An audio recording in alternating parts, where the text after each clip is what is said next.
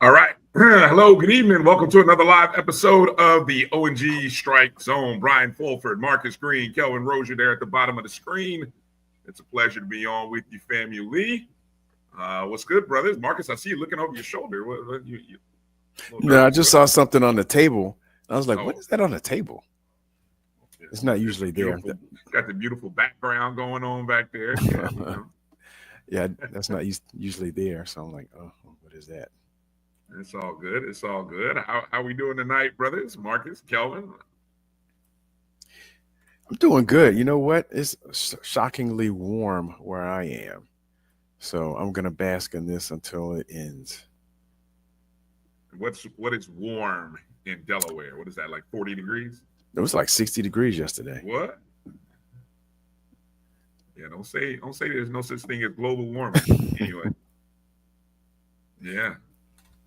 You know, what's it looking like down, well, I should say north of me. We're all south of Marcus. Oh, look at you. What are we drinking there, boss? What are we drinking? Eggnog. What are we sipping on? Oh, it's that time of year, huh? 'Tis the season to be jolly. How jolly is your cup? Hold on, I was gonna say, yeah. Something tells me there's not just eggnog in that cup. Outside of some ice, maybe. It no ice? It's chilled. It's eggnog, and there could be some eggnog with some bourbon in it. I think that's the only way you're supposed to drink eggnog. Don't let anybody else tell you differently. That's the only way you drink eggnog. Absolutely. And then in terms of your question, the weather is pretty nice now, but this weekend, it'll be cold, man. It's supposed to get down to maybe the low 30s, high 20s, and the highs are only supposed to get to the 50s. So it's getting ready to change. But for now, we kind of in Marcus territory. Okay.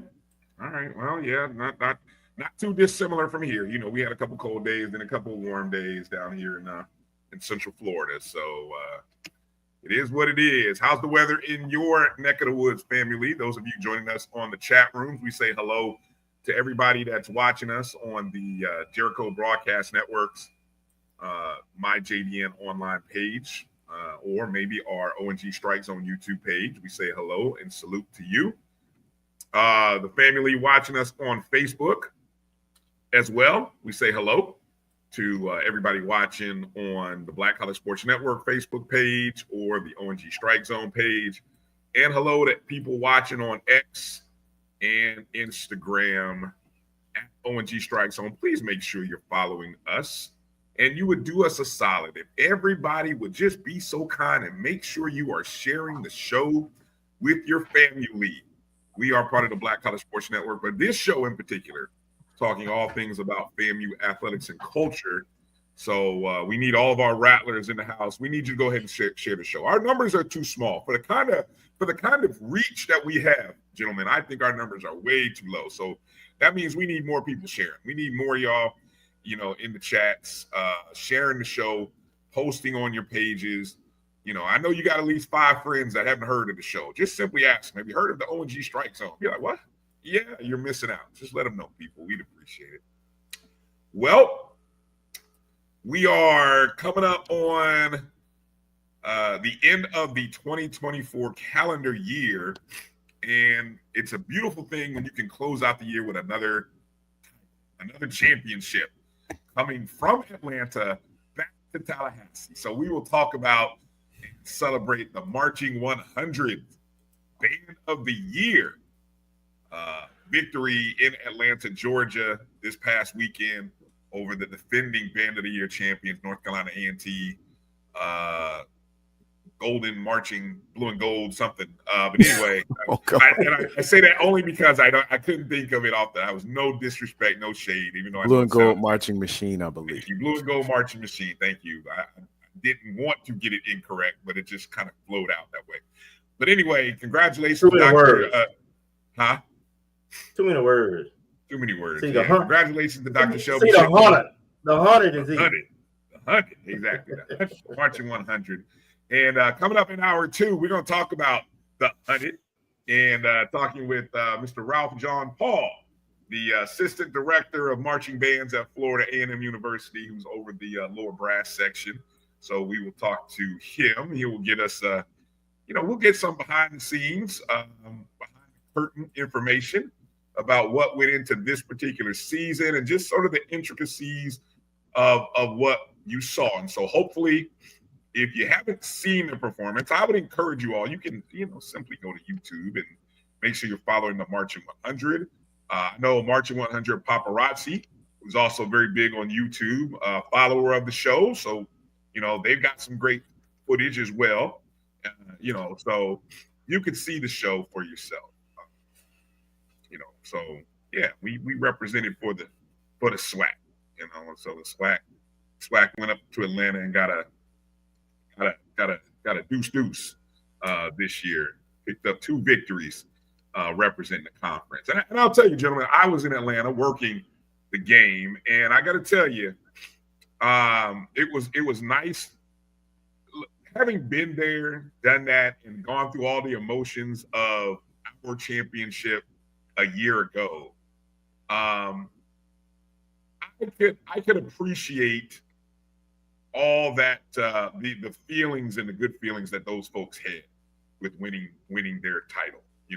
Getting the trifecta, which we did first, by the way. So I mean, it's and that can never be restated. So while we salute them, we did it first. Just remember that we did it first, and you will hear that. We will remind you of that as often as we can and will, because we did it first. So we say congratulations to you, but we did it first. Okay, there it is. All right. Anything you guys want to add on that? I know there's some people in the chats. I know they're gonna clown. But anyway, any thoughts before we get into the roll call? No, I think you beautifully articulated our stance. There you go. All right. So I want to remind everybody, if you'd like to donate to the show, it is the holiday season, the season of giving. You can do it right there in the Cash App. $MyJBN, MyBCSN is where you can hit us up. You could also, if you are in the YouTube chats on the MyJBN page, you can leave a super chat. We'd appreciate it. More directly, use that Cash App right there would be a great way to show your support for the show. And again, share the show. Please share the show. Tell your family to subscribe. Okay, enough plugs. Let's do some roll call. Let's see what we got in the let's see what's going on in the chats. Let me switch a couple of things here. Okay, so first up, it looks like it was Jimmy Mack first up in the building. Jimmy Mack, there you go. Thank you for being a JBN subscriber as well. Merry Christmas to you. Merry Christmas to all. Exactly. Good to see you, Ken, checking in as well. Giving some shout outs, some love. Hello to Melissa. Checking in. Good to see you, Melissa. Good to see you. Meredith. Hey, Meredith. Thank you for being a JBN subscriber as well. Mary 305. Thank you for being a JBN subscriber. Hello to you. Little baby. Good to see you, little baby. Thank you for checking in. Big little baby. Marvin Allen. Good to see you, Marvin. Marcus JY. Thank you, Marcus, for being a JBN subscriber as well. Coach Ferrasi. Good to see you, Coach. Don't do that. You can't skip my girl. Huh? Wait a minute. Oh, did I? Oh, I'm sorry. I'm sorry. You can't skip my girl, boy. I didn't. It wasn't intentional. It wasn't intentional. Because she will roast us. Yeah, look, it was not intentional. Not intentional at all. Good to see you, Demetra. What's not up, intentional. Demetra? And you know, you could have been a little more discreet about that. So see, now I'm gonna hear I won't hear the end of YesC. I won't hear the end of that now. Thank you, Kelvin. Good to see you, Gail. Thank you for checking in. Woo, it's cold in Cleveland, so I guess that warm front didn't hit Cleveland, huh, Gail? That's what you're telling us. Warm front didn't come through Cleveland. Sorry to hear that. Chuck Hunt checking in from Monroe, Louisiana. Good to see you, That Chuck. That dog a hunt. Shout out to James Austin. What's up, James Austin? Asking the questions, the great questions. Good to see you on Facebook. Thank you, James, for checking in. Will Davis, thank you for coming in, checking in from North Atlanta. EA coming in as well. Good to see you, EA. Look at him in the holiday spirit. I'm proud of EA. Mm-hmm. Exactly, checking in. Meredith says she's in Detroit. How's that weather in Detroit? Cold. It's so cold in the D. Jimmy Mack, south of me, 772 and holding. I see you, Jimmy. Right. Welcome into the show, Sonic Boom. Congratulations to you. Congratulations. Yeah. Welcome way to go, JSU. Yeah, exactly. Marvin Allen said it's 75 in Duval. All right, there you go. Edwin Moore checking in. What's good, Edwin? How you doing? What's going on, Edwin? You got jokes talking about that staying warm. Well, you know, it is what it is. It is fly. I got you, Edwin. I know what you're saying. It's fly. Mr. Campbell checking in. Good to see you. What's up, Mr. Steve? Campbell? Oh, he was in the house. He was in Atlanta, serving notice to folks. Yeah, he had on his own degree. Exactly. Seeing with those Tigers. I mean, yeah. I mean, he got to go home. You know, that's ain't nothing wrong with it. That's his second team. I get it. Yeah, exactly. Little baby said saw several angles. Yeah, I missed it live too. I had a game that night, so I missed it. But I'm curious, how was the broadcast? You guys watched it live versus what you've seen on YouTube afterwards? I did. Yes. You talking about the band? Band of the year performance. Yes. How was it? Yes, how was it live? The live performance. So it was like when it was recorded. I mean, yes. Okay. Yeah, it was good camera angles, good sound. And for me, the 100 was, I thought, most shows was really good. Now, don't get me wrong, but the 100 show was more creative, more entertaining, as well as sounded great. Yeah. Marvin Allen, 2 years and 2 championships for his daughter. All right, in the 100. Okay, Marvin, shout out. Got to say hello to Hollow. Hello. Shout out to AD checking in. AD as well. What's going on, JD TV? Watch JD TV? Russell Haynes checking in. Good to see you. Miak in the house.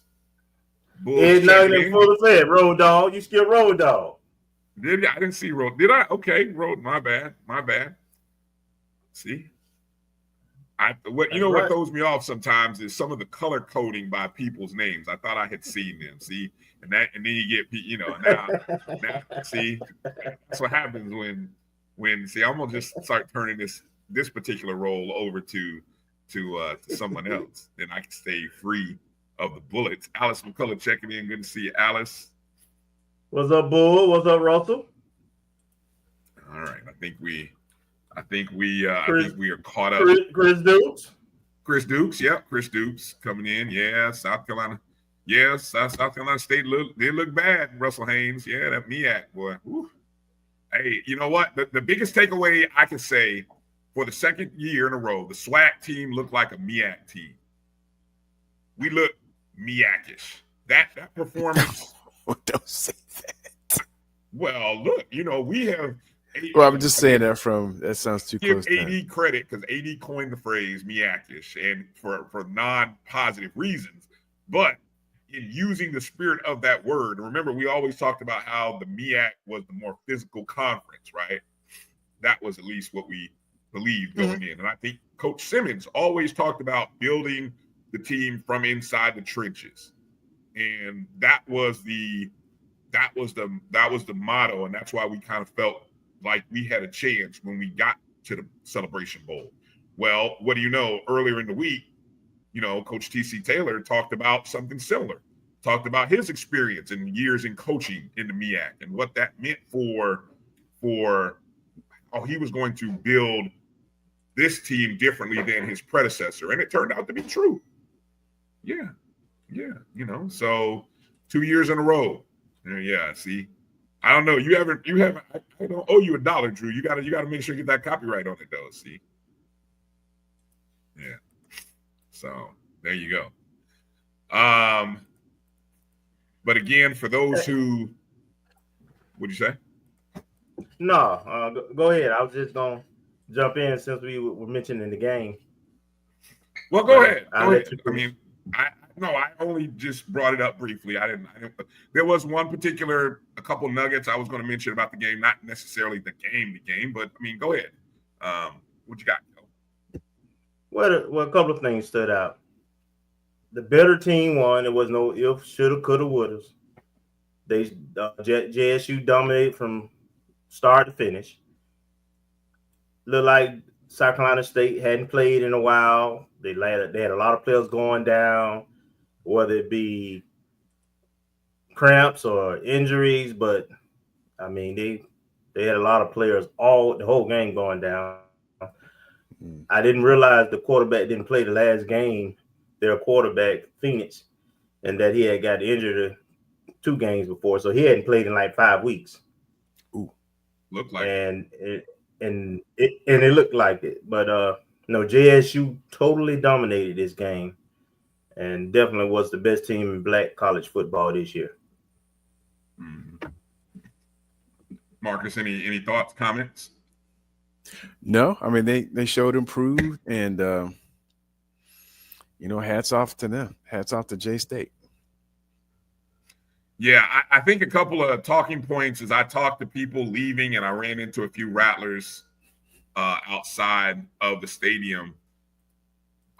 The rest factor, we talked about the fact that it was believed that the advantage lied with the MEAC having more rest. Mm-hmm. Well, here's a year where could it be too much rest hurt them versus a team that really didn't have to wait a week from playing. It was almost like you could go from 1 week playing the SWAC championship game to the next week playing. And that's, if FAMU is to go to the Celebration Bowl next year, we're going to have to take a similar path, playing the championship game and then the following week, Celebration Bowl, because there is a similar schedule next year. I saw you shaking your head, Kelvin. You're shaking your head no. No to what? What are you shaking your head no to? I don't think it mattered this year. JSU was just going to be a more complete team. And I think it also was helpful that some of those players and then Coach TC himself, they had been in that environment. They kind of know what to do. This was South Carolina State. They kind of ahead of schedule. Even though Coach Berry had done the D2 thing last year, this was kind of a new experience for his team, his players. But I don't. At the end of the day, JSU was just better. Period. That particular day specifically, much better. Yeah. Also, as I ran into a few of our beloved Rattlers post game, it had to have you scratching your head about that game in Jackson, didn't it? And just thinking how we were leading that game with about three something to go. 4 minutes, yeah. Yeah, the ESPN FPI said we had a 75% chance going into that infamous drive where we were up 1 on our own maybe 30-something yard line. And man, you go back to, it's frustrating. You go back to play calling. I know we make a big deal about the 3rd down fumble, but I'll go to the 2nd down toss play. And it was like, we played too aggressive. Looking back, it's always you can do hindsight. So the hindsight 2020 thing is in effect right now, just to forewarn anybody. But you know, you go back and look at that game, and you can't help but shake your head because we were on the verge of winning that contest, and I think two plays sunk us. I think the second down play put us in the bad situation on third down, and the third down play, in my opinion, was inexcusable to be passing the ball in that situation. But your thoughts, gentlemen? Any buyer's remorse or any regret as you think back and look back on that game and that situation? Hey, it is what it is. You know, we took the L on that one, and you know, and so I'm not interested in relitigating it. What happened. Yeah, and I would submit to you, Bryan. Yeah, I mean that was an unfortunate set of circumstances, and we can rehash it. But there were two things that happened earlier in the game that could have put us in a better position later, and I know I mentioned it somewhere else too. You know, if we would have squeezed the interception in the first half, it would have been 21-17 instead of 21-20. Because I think they got a field goal off. Because on that third down play, I mean, I want to say it's Deco Wilson had it in his hands and he dropped it on third down. And so then and then also we happened to have a missed field goal. I think it was just out of Cameron Gillis's range. So, we would have been up 24-17 if everything else stayed the same, because the defenses seemed like they're locked in the second half. It would have been 24-17 versus 21-20.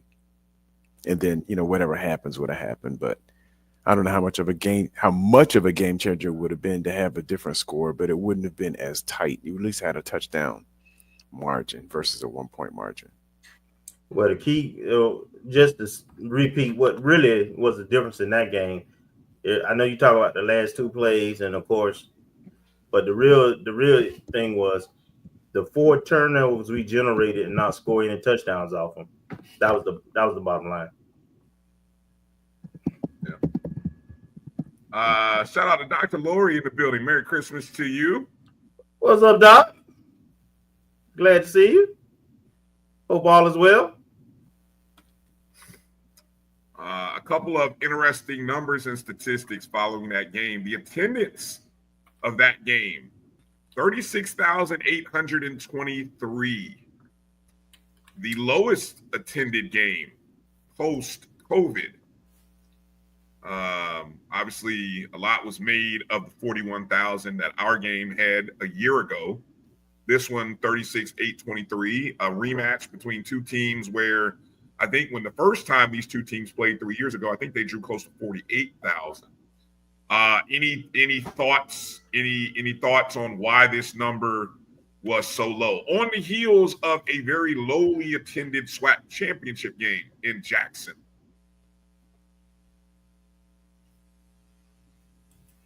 I mean, it's still a good number. It is. Yes, numbers ain't nothing to poo-poo. Yeah, the poo-poo at, but I just think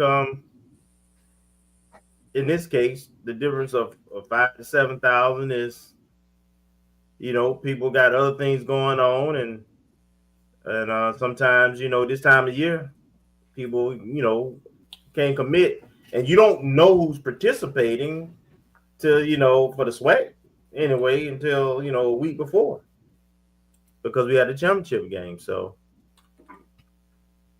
got to try to get a little bit more of the local Atlanta market to come and support it. I think that's the missing thing from it being a sellout. I thought Jackson drew pretty good. South Carolina State drew okay, and the non-HBCU folks, the HBCU folks who are not a part of the teams that are participating had a okay showing too. You got to get that Metro Atlanta. I didn't see as many non-Jackson State, South Carolina State fans. I really didn't. Not like I think I had seen in previous years. Now I'll admit I didn't do a complete walk around like I've done in the past, but it didn't seem like and people will say it was probably 60-40 JSU folks, but I didn't see very many. I spotted a few Rattlers. I saw a few. It just didn't seem like it was the Super Bowl type event of various schools like I've seen the last 2 years. You know what I'm saying? But while the attendance numbers might have been lower, we all thought that, well, if folks didn't come to the game, that they were going to watch the game. And the latest TV numbers reported from HBCU Game Day point out that the ratings went way up from a year ago. Let's see, the 2024 Cricket Celebration Bowl numbers drew an average of 2.1 million viewers on ABC, marking a 37% increase from last year's record low numbers, and highlights the continued appeal of HBCU football on the national stage. Now, it's also, in case anybody forgot, last year our game against Howard also was going up against NFL games that were being played on that same Saturday. Nothing beats the NFL. I don't care what it is. It could be a rerun of Murder, She Wrote. It ain't beating the NFL. Murder. So our numbers last year were, I think, in the 1.5 million. So, but again, look at the competition it was going up against. So, which was really good, actually. Yeah, considering there was not only an NFL game, but if I remember correctly, there may have been it was a college game that started within an hour of it or something. Yeah, there was some game. Yeah. Let's see. The game, which I'm reading more from the article, the game which took place 1 week earlier than its traditional spot due to the college football playoff, peaked at 2.6 million viewers. For comparison, the FCS playoff matchup between Mercer and North Dakota State, which aired on ABC, and that was the follow. So that playoff game followed the Celebration Bowl. That game only drew 1.4 million viewers. So, quoting here from John Grant, the executive director, he said, quote, "This year's success reaffirms the Celebration Bowl's role as the premier showcase for HBCU football. The decision to adjust the game's timing was strategic, and it clearly paid off. We are excited about the momentum this created as we continue to elevate HBCU athletics on a national platform." And it really was a situation. Oh, go ahead. You want to add something? Yeah, I want to add to the discussion. What's your thoughts? And I have some thoughts on the time frame, the noon start game. Yeah. You talked about the actual in-house attendance. And I just, noon games are tough for a lot of HBCU and HBCU fans. Saturday mornings are days where people do running around. They got kids who do either city league or high school sports, and so you eating breakfast is tough to get to that stadium and fight the traffic and be there at noon. So of course, traditionally, I can only speak from the evidence that I've seen with FAMU and some other HBCUs. Typically, afternoon or evening games do much better in terms of in-person attendance. I wonder if you can get to that 3 o'clock time frame. 3 o'clock, 3:30. Now, here's the thing about this game, and this is another thing. The reason why you don't want to be in that 3 o'clock slot, the Army-Navy game. So that too went on after our game. When I say our, I mean the Celebration HBCU football game. So that's a challenge. Look, you're always trying to play the strategy of what's the pros and cons of moving. If you play the game you don't want to be 3 and 3:30 because that's what I think you don't want to go against Army Navy. If you played it at 7 o'clock, does that take you away? That takes people away from what? The evening activities that, we like to do. Well, also, isn't it the same? Man. And I'm trying to remember. Isn't it also the same time? And I don't remember. No, that's the week before. I'm sorry. Like the big championship games, like the SEC, Big 12, ACC. That's the week before, right? Yes. The conference championships all are on the same weekend. Like the SWAC championship is also, the same time. So, yeah, I think that, look, all the things you just said that the FCS playoff game that went against it still was 1.4, 1.5. Yep.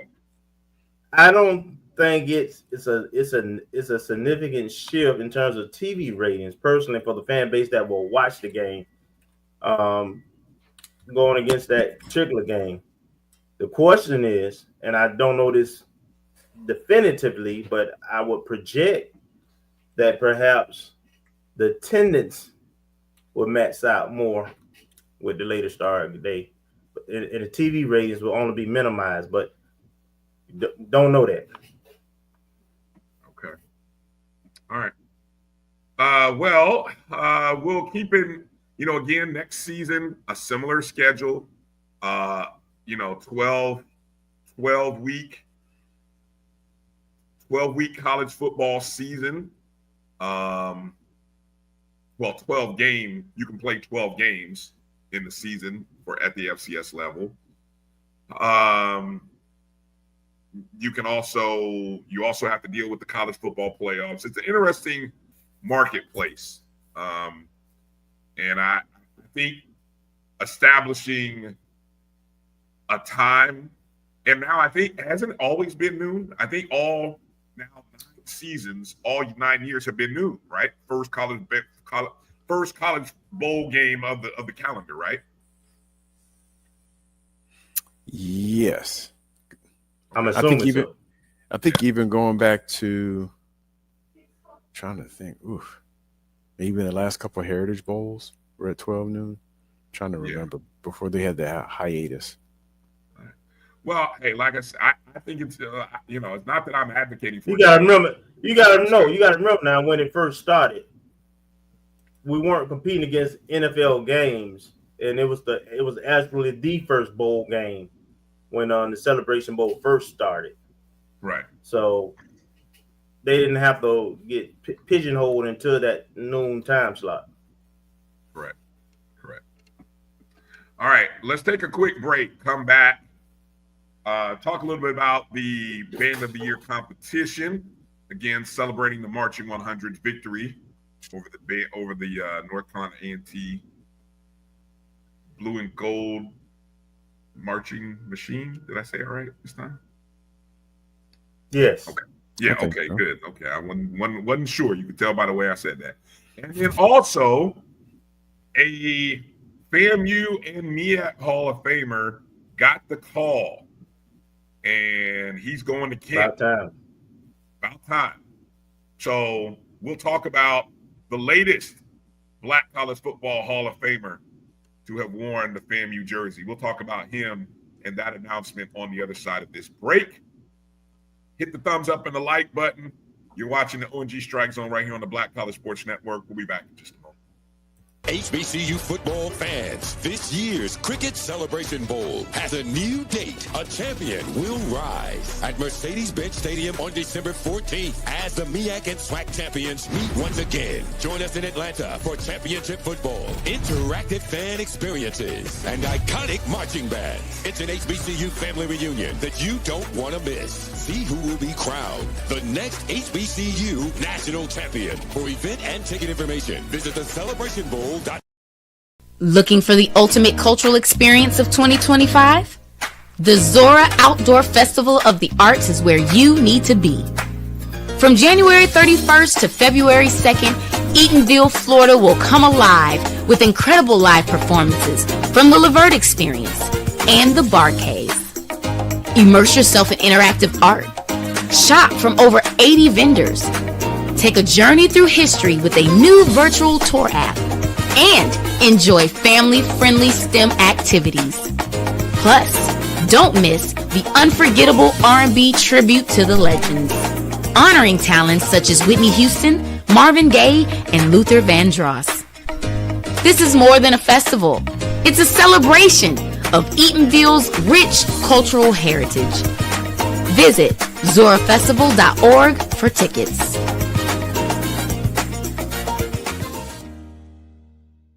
ESPN Events Band of the Year, a title reserved for the absolute best in the world of HBCU marching bands. A season-long competition that culminates in Atlanta on Friday, December 13th. Drum majors, percussion, drill, auxiliaries, musicality. All aspects will be adjudicated by expert judges in the world of college bands. 4 bands will qualify for the big stage, where national champions will be crowned. Follow us on social media for ranking updates throughout the season. And join us at Mercedes-Benz Stadium on December 13th. For event and ticket information, visit bandoftheyear.com.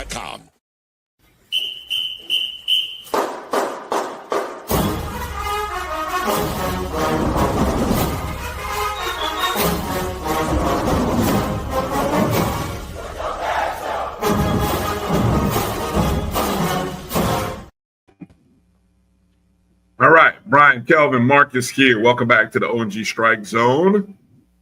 I want to encourage you guys to go ahead and hit the thumbs up in the chats, wherever and however you're watching our show. Thanks, everybody, tuning in and joining us again.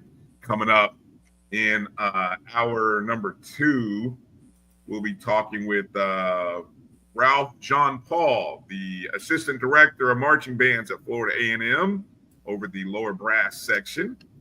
So we will talk with him about the Marching 100's performance there. You can see Dr. Chipman with the trophy from the Red Lobster. It was the Red Lobster ESPN Band of the Year. So you saw that's the CEO of Red Lobster there holding the trophy with Dr. Chipman. And, of course, one of the iconic images from the performance there with the drum majors at midfield. So good performance overall. We'll talk more about. So any band related questions that you guys have, go ahead and put those in the chat room. I'll make sure to star them and save them so that way we can ask Mr. Paul about them once we talk to him. Coming up here at the top of hour number 2. Okay. I mentioned the fact that we had the latest Black College Football Hall of Famer and it was announced today, and it's none other than number 85, part of the original Rat Boys, none other than Jaquay Nunnally, FAMU Athletics Hall of Famer, MEAC Hall of Famer, one of the legends, one of the GOATs of the Gulf Coast offense and the Billy Joe era, was elected to the class of 2025. Jaquay, of course, from South Florida, I believe, correct? South Florida. Miami, South Florida, yeah. Where he currently is a coach. I had the pleasure of, I know some of you may have read the article. Gerald talked to him. I had a chance to talk to him as well. And he's also been coaching at Miami Norland the last few seasons, last few years. Of course, Miami Norland went to the state championship last year, where so it was in Bragg, so it was a chance to kind of come back to Bragg, where he dominated and ran routes. Had a great conversation with him. Of course, he joins a class that features Henry Dyer from Grambling State, Coach Fred Pop Long of Wiley College, Rashawn Mathis from Bethune-Cookman, Dominic Rogers-Cromartie from Tennessee State, and none other than Jay Skywalker. Actually, that's a loaded MEAC class if you think about it. Mathis, it's big Walker, time. Yeah, that's 3 MEAC Hall of Famers right there. And Rogers Cromartie, of course, played in the NFL. Shout out to good friend Stan. Cromartie, former athletic director at Edward Waters. But if you look, you can see the numbers there from Jaquay, 317 receptions. I did a little digging through the FCS record books. When Jaquay, just in case those who may have forgotten, when Jaquay finished his time at FAMU, that 317 was number one all time in the FCS. He had just surpassed Jerry Rice, who had 301 from his time at Valley. And currently, just to kind of show you where things have changed in the game, he's currently fourth. That record, of course, largely was blown away by Cooper Kupp. Cooper Kupp was at Eastern Washington. I think all they did was throw the ball to Kupp. I don't think anybody could stop that dude or that offense. But he was also, you see the career yardage, 4,239 career yards.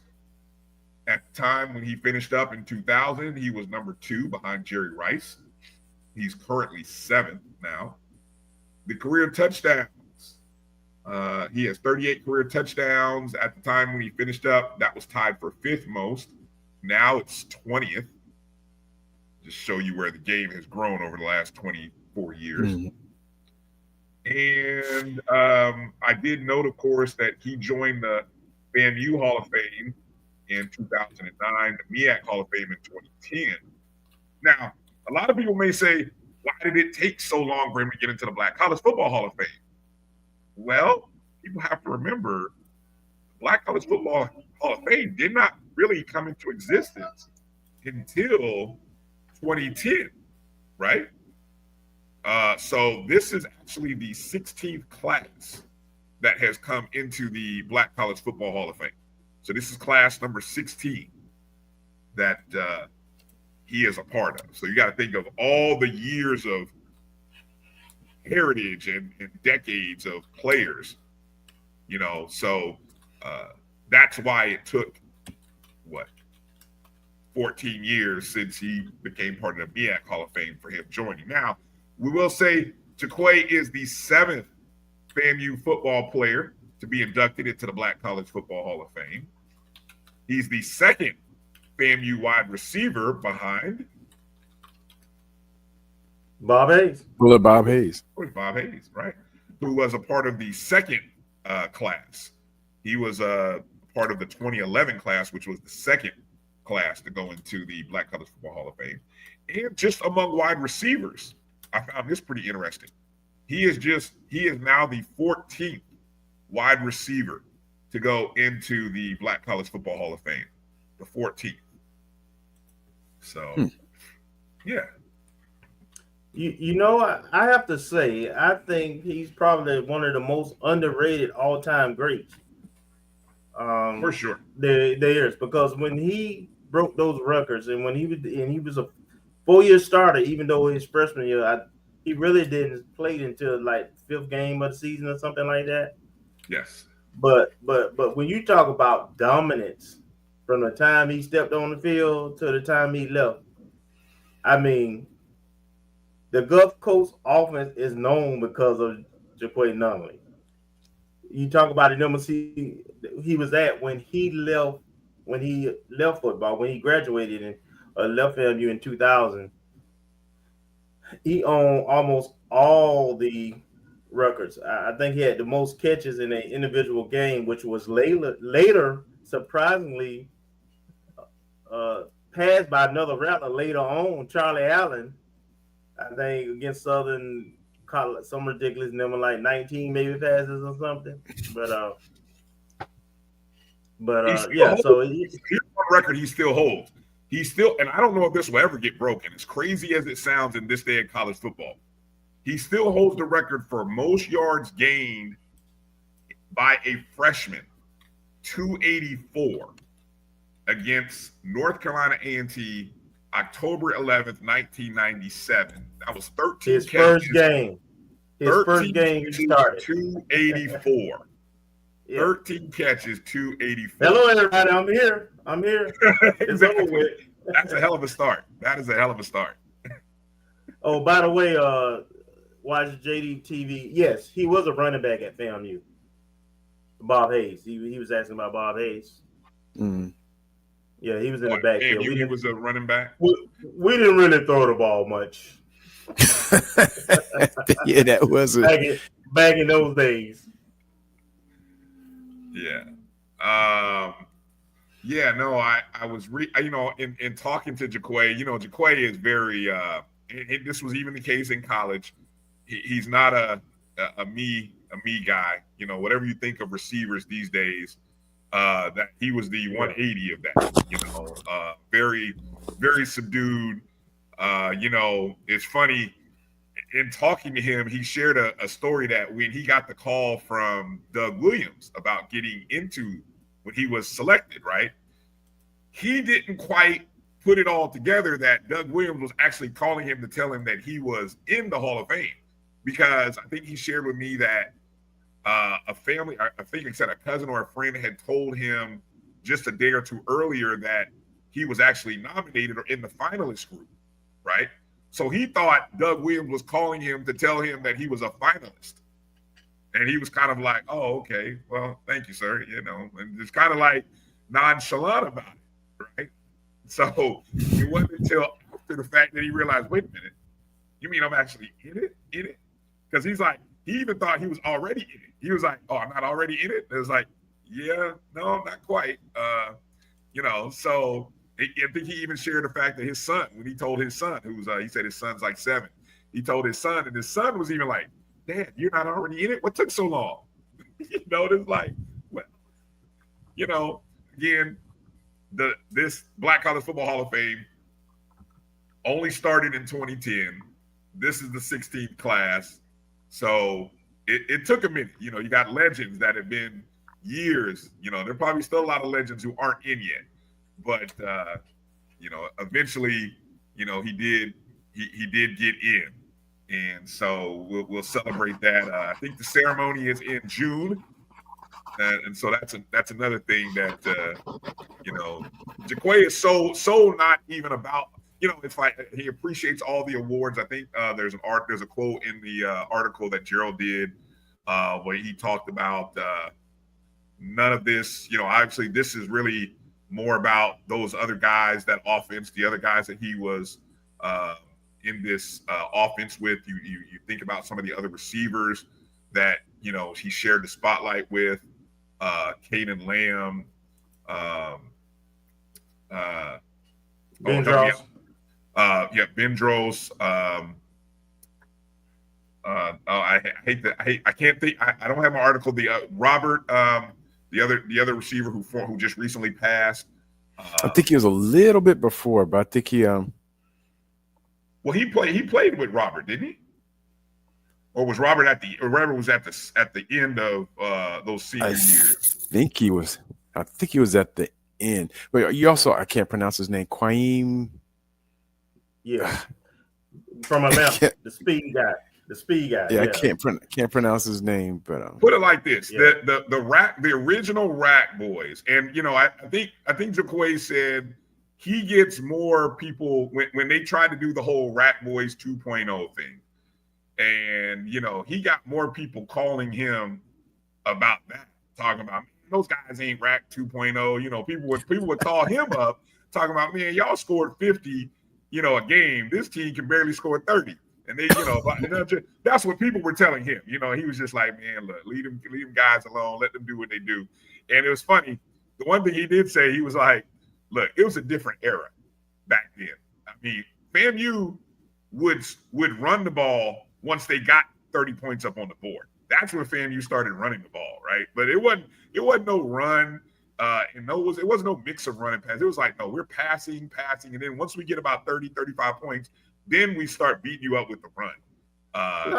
We had big Kenny Williams, and we had Kenny, Vidal, Kwame Vidal, and we had some nice backs. The feature was the passing game, though. Yeah, but it made the running game so effective. Those guys all rushed close to 1,000 yards with minimum carries. Yes, they did. Yeah, and I think that's why you have people that still hold on to this theory that, right, pass to set up the run. And it's like, It's a different era. The way that offense was just structured and built is a little different. And I will say the quarterbacks were different too. Look, that I still say, those five quarterbacks. But it's more to that point, Brian. It was how they was coached. Yes. They understood the offense enough, and Coach Joe wanted them to be able to audible and call plays so that we can actually run tempo.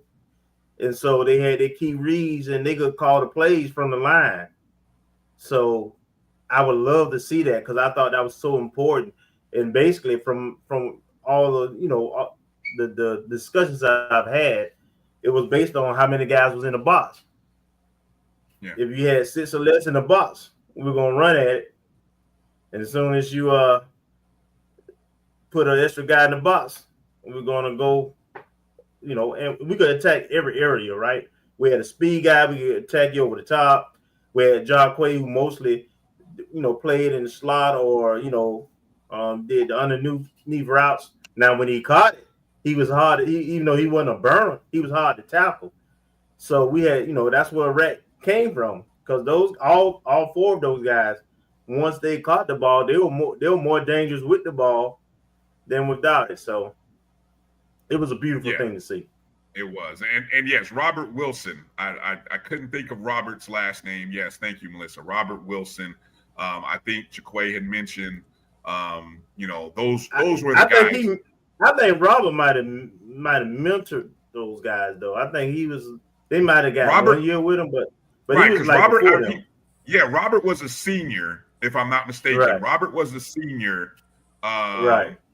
Yeah. Oh, okay. Look, I didn't know that. That was Melissa. That's Melissa. Okay. Well, good Lord, did not know that, Melissa. Learned something new today. Yeah. I mentioned that because that's what Jaquay mentioned, that Robert had sort of guided those guys. And he did mention him in the article with by Gerald, and that that was the start of it. When Robert was a senior, then Jaquay, Kanan, and those guys. I think Kanan also came in with Jaquay, or either he came in the year after. But anyway, that whole era of receivers, it was a perfect combination of receivers, quarterbacks, and what Coach Joe asked that group to do, especially the quarterback position. And it's so amazing when you think about the game today and watching how quarterbacks often always do what? Check to the sideline. There was no checking to the sideline back in the Gulf Coast. It was like you had to know to check. You had to know to read. I don't understand why we don't. Anyway, I'd love to see if we went back to that. I just, if I were an offensive coach, I'd really be trying to get back there. But anyway, that's anyway. Yes, thank you, Tyron Johnson. I knew you guys would come in there with the names. Thank you. There you go. Appreciate it. Some of the names from Tariq Queen. That's okay. Thank you, Tyron. I'd hate to leave anybody out, and I know, like I said, Jaquay was the one who got, but they all did damage. They were all tough as hell to stop. And they gave nightmares to any defensive back coach, any defensive back unit, any defensive coach. I mean, they gave everybody nightmares. The scoreboard operator. Officials.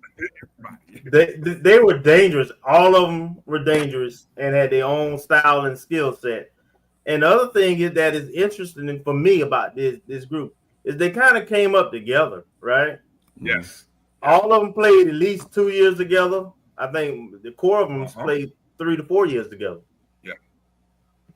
Yeah, I really think there's got to be a special wing, and I don't know if I'm putting this out there to anybody out there listening, FAMU Athletics Hall of Fame. I would love to see just a special unit in. Somehow we need to just recognize this group. Like, I know we got individuals, but this entire group, the same way. I don't know. Do we put teams as a FAMU Athletics Hall of Fame recognize teams, or is it just simply individuals? I don't know.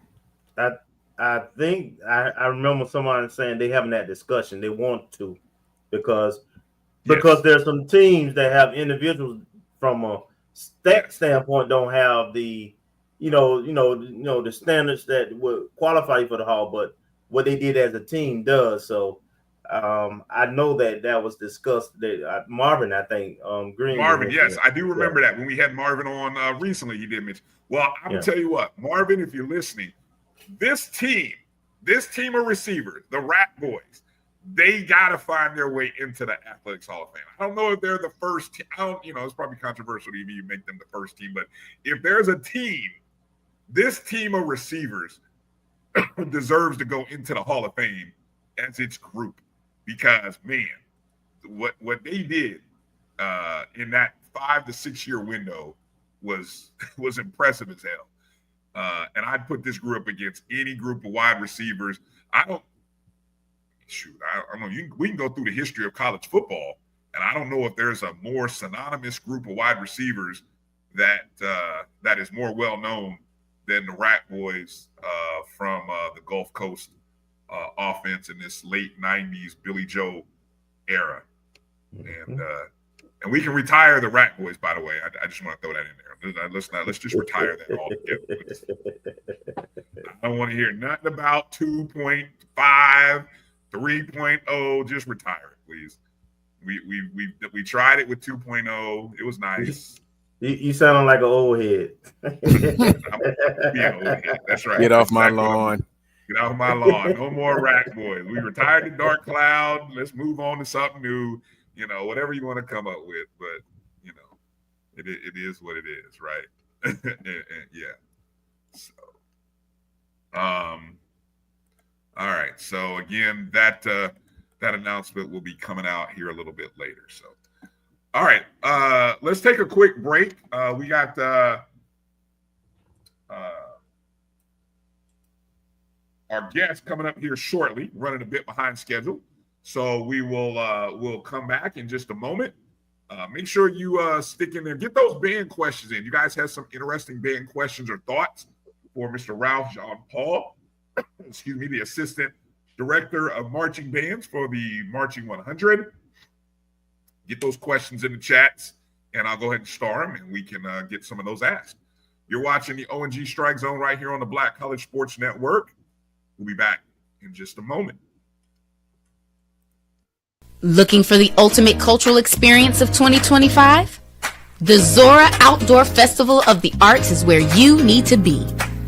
From January 31st to February 2nd, Eatonville, Florida will come alive with incredible live performances from the Levert Experience and the Bar Cave. Immerse yourself in interactive art. Shop from over 80 vendors. Take a journey through history with a new virtual tour app. And enjoy family-friendly STEM activities. Plus, don't miss the unforgettable R&B tribute to the legends, honoring talents such as Whitney Houston, Marvin Gaye, and Luther Vandross. This is more than a festival. It's a celebration of Eatonville's rich cultural heritage. Visit zorafestival.org for tickets.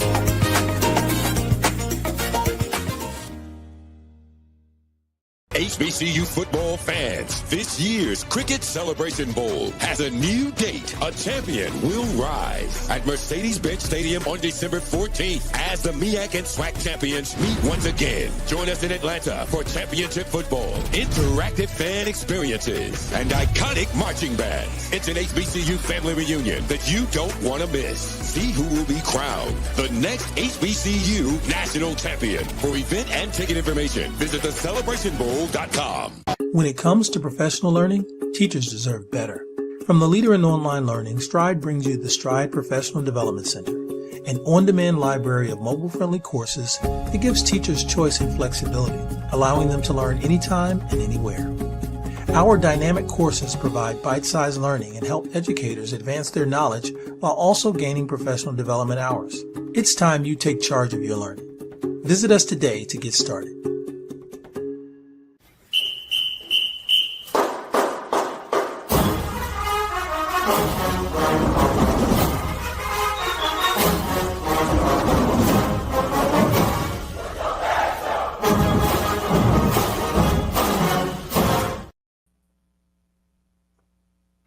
welcome back to the O&G StrikeZone. Bryan, Kelvin, and Marcus. Yeah. Quick note I just saw come across on social media, and I'm looking at the list now. Apparently, a judge, I guess, I think his name's Diego Pavia. He's a quarterback for Vanderbilt when they upset Alabama and a few other teams this year.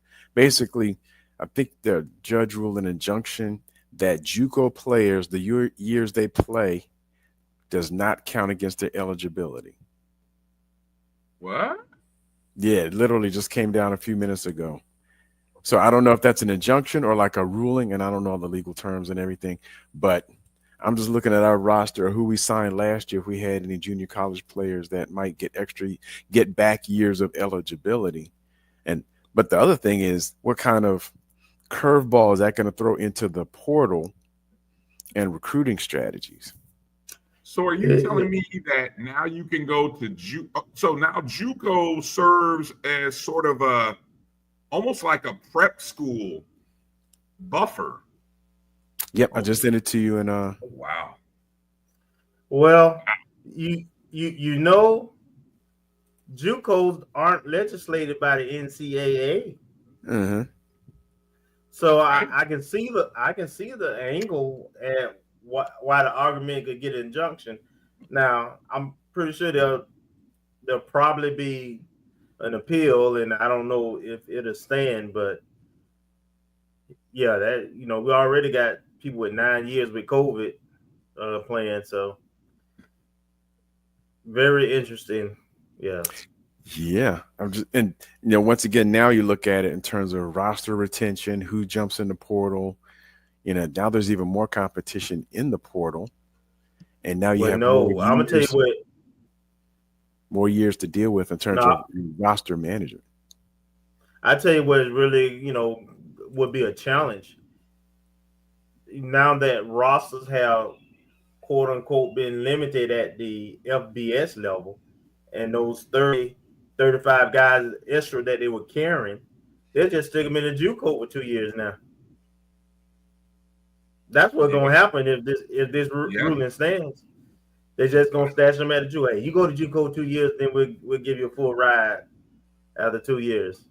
It becomes JUCO becomes the minor leagues. Yep. But I don't know. I mean, they were doing that before, because I'm dating ourselves, but going back to like 15, 20 years ago, noticed that at a couple of major schools that like kids that didn't cut the mustard school wise, they're like, hey, go to who was that quarterback for FSU in the early 2000s? Fabian something. Can't remember his last name. But he was from Fabian Walker. He was from Georgia, and he had signed with FSU coming out of high school, but he didn't have the grade, so he went JUCO 2 years. So basically, JUCOs are, I don't want to demean them, but the appearance back then was that you stash away for 2 years and then come back. But now there's so much competition. If you go away to JUCO, if you say you're on a FBS roster and you go to JUCO 2 years from now, there's no guarantee you're gonna have a spot. But then you'd be jumping right back in the portal to see who else wants you. If you show out or at least retain some of the talent level and promise. To your point, there's a lot of lies told in recruiting. So what's interesting is, will current players, let's say there's a kid who, that's going to be interesting, because how does this affect players who are already in college? Do they get years back? Will they get years back next year? You know what I'm saying? So, and that can be huge for them, because you may have thought that, okay, I got to leave because I've exhausted my 4 years. But, oh, wait a minute. You're going to get 2 years back. And there's NIL. It's like, it's I tell you what, man, it's a great time to be a college athlete right now. That's all I can say.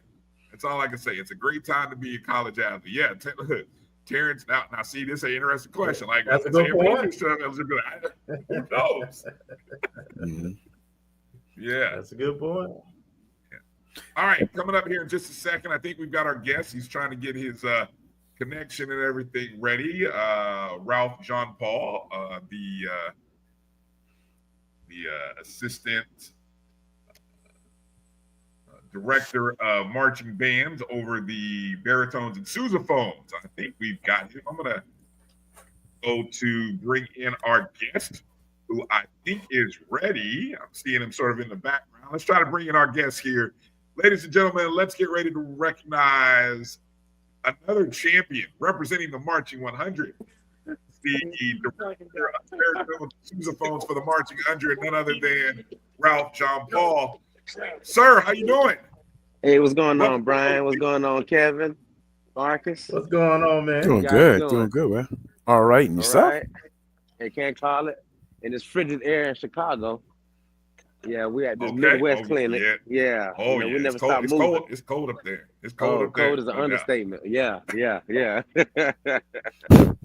Oh, no doubt. Well, hey, first off, welcome again to the O&G StrikeZone, and congratulations to you, Dr. Chipman, and the Marching 100 on winning the ESPN Band of the Year competition.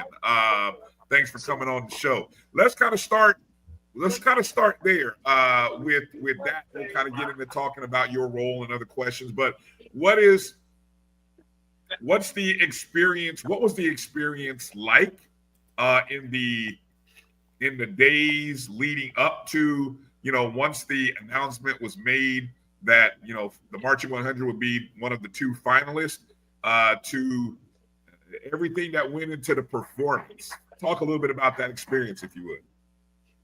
Well, it was a great honor and privilege, first of all, to be recognized as one of the, staple HBCU marching bands in the country. And I guess from transition to the SWAC, where we emerged with these other historical, strong, opinionated bands, we had opinionated.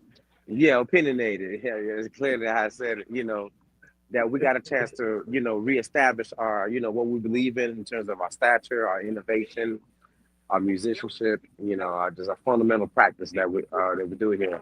I guess the hard part about it was in the midst of, at the end of the season, finals and last semester, graduation, the whole 9 yards, but the students really rose to the occasion, taking the opportunity to be judged by others. FAMU never been judged. We've always been the precursor and kind of the model for bands. But I guess with this new innovative incentive with ESPN establishing, some kind of measure evaluation to determine.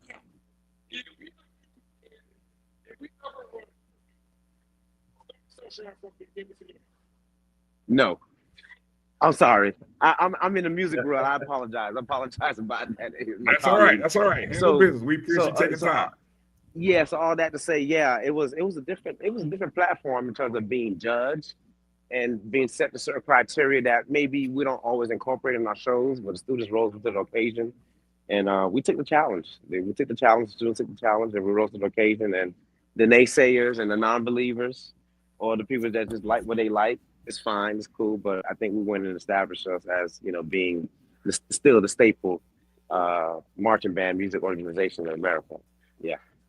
I'm curious about something, and I'm going to turn it over to Kelvin. Going from year one, when the concept was introduced in year one, what was the perception from, yourself, Dr. Chipman, in year one, to seeing how the competition was judged?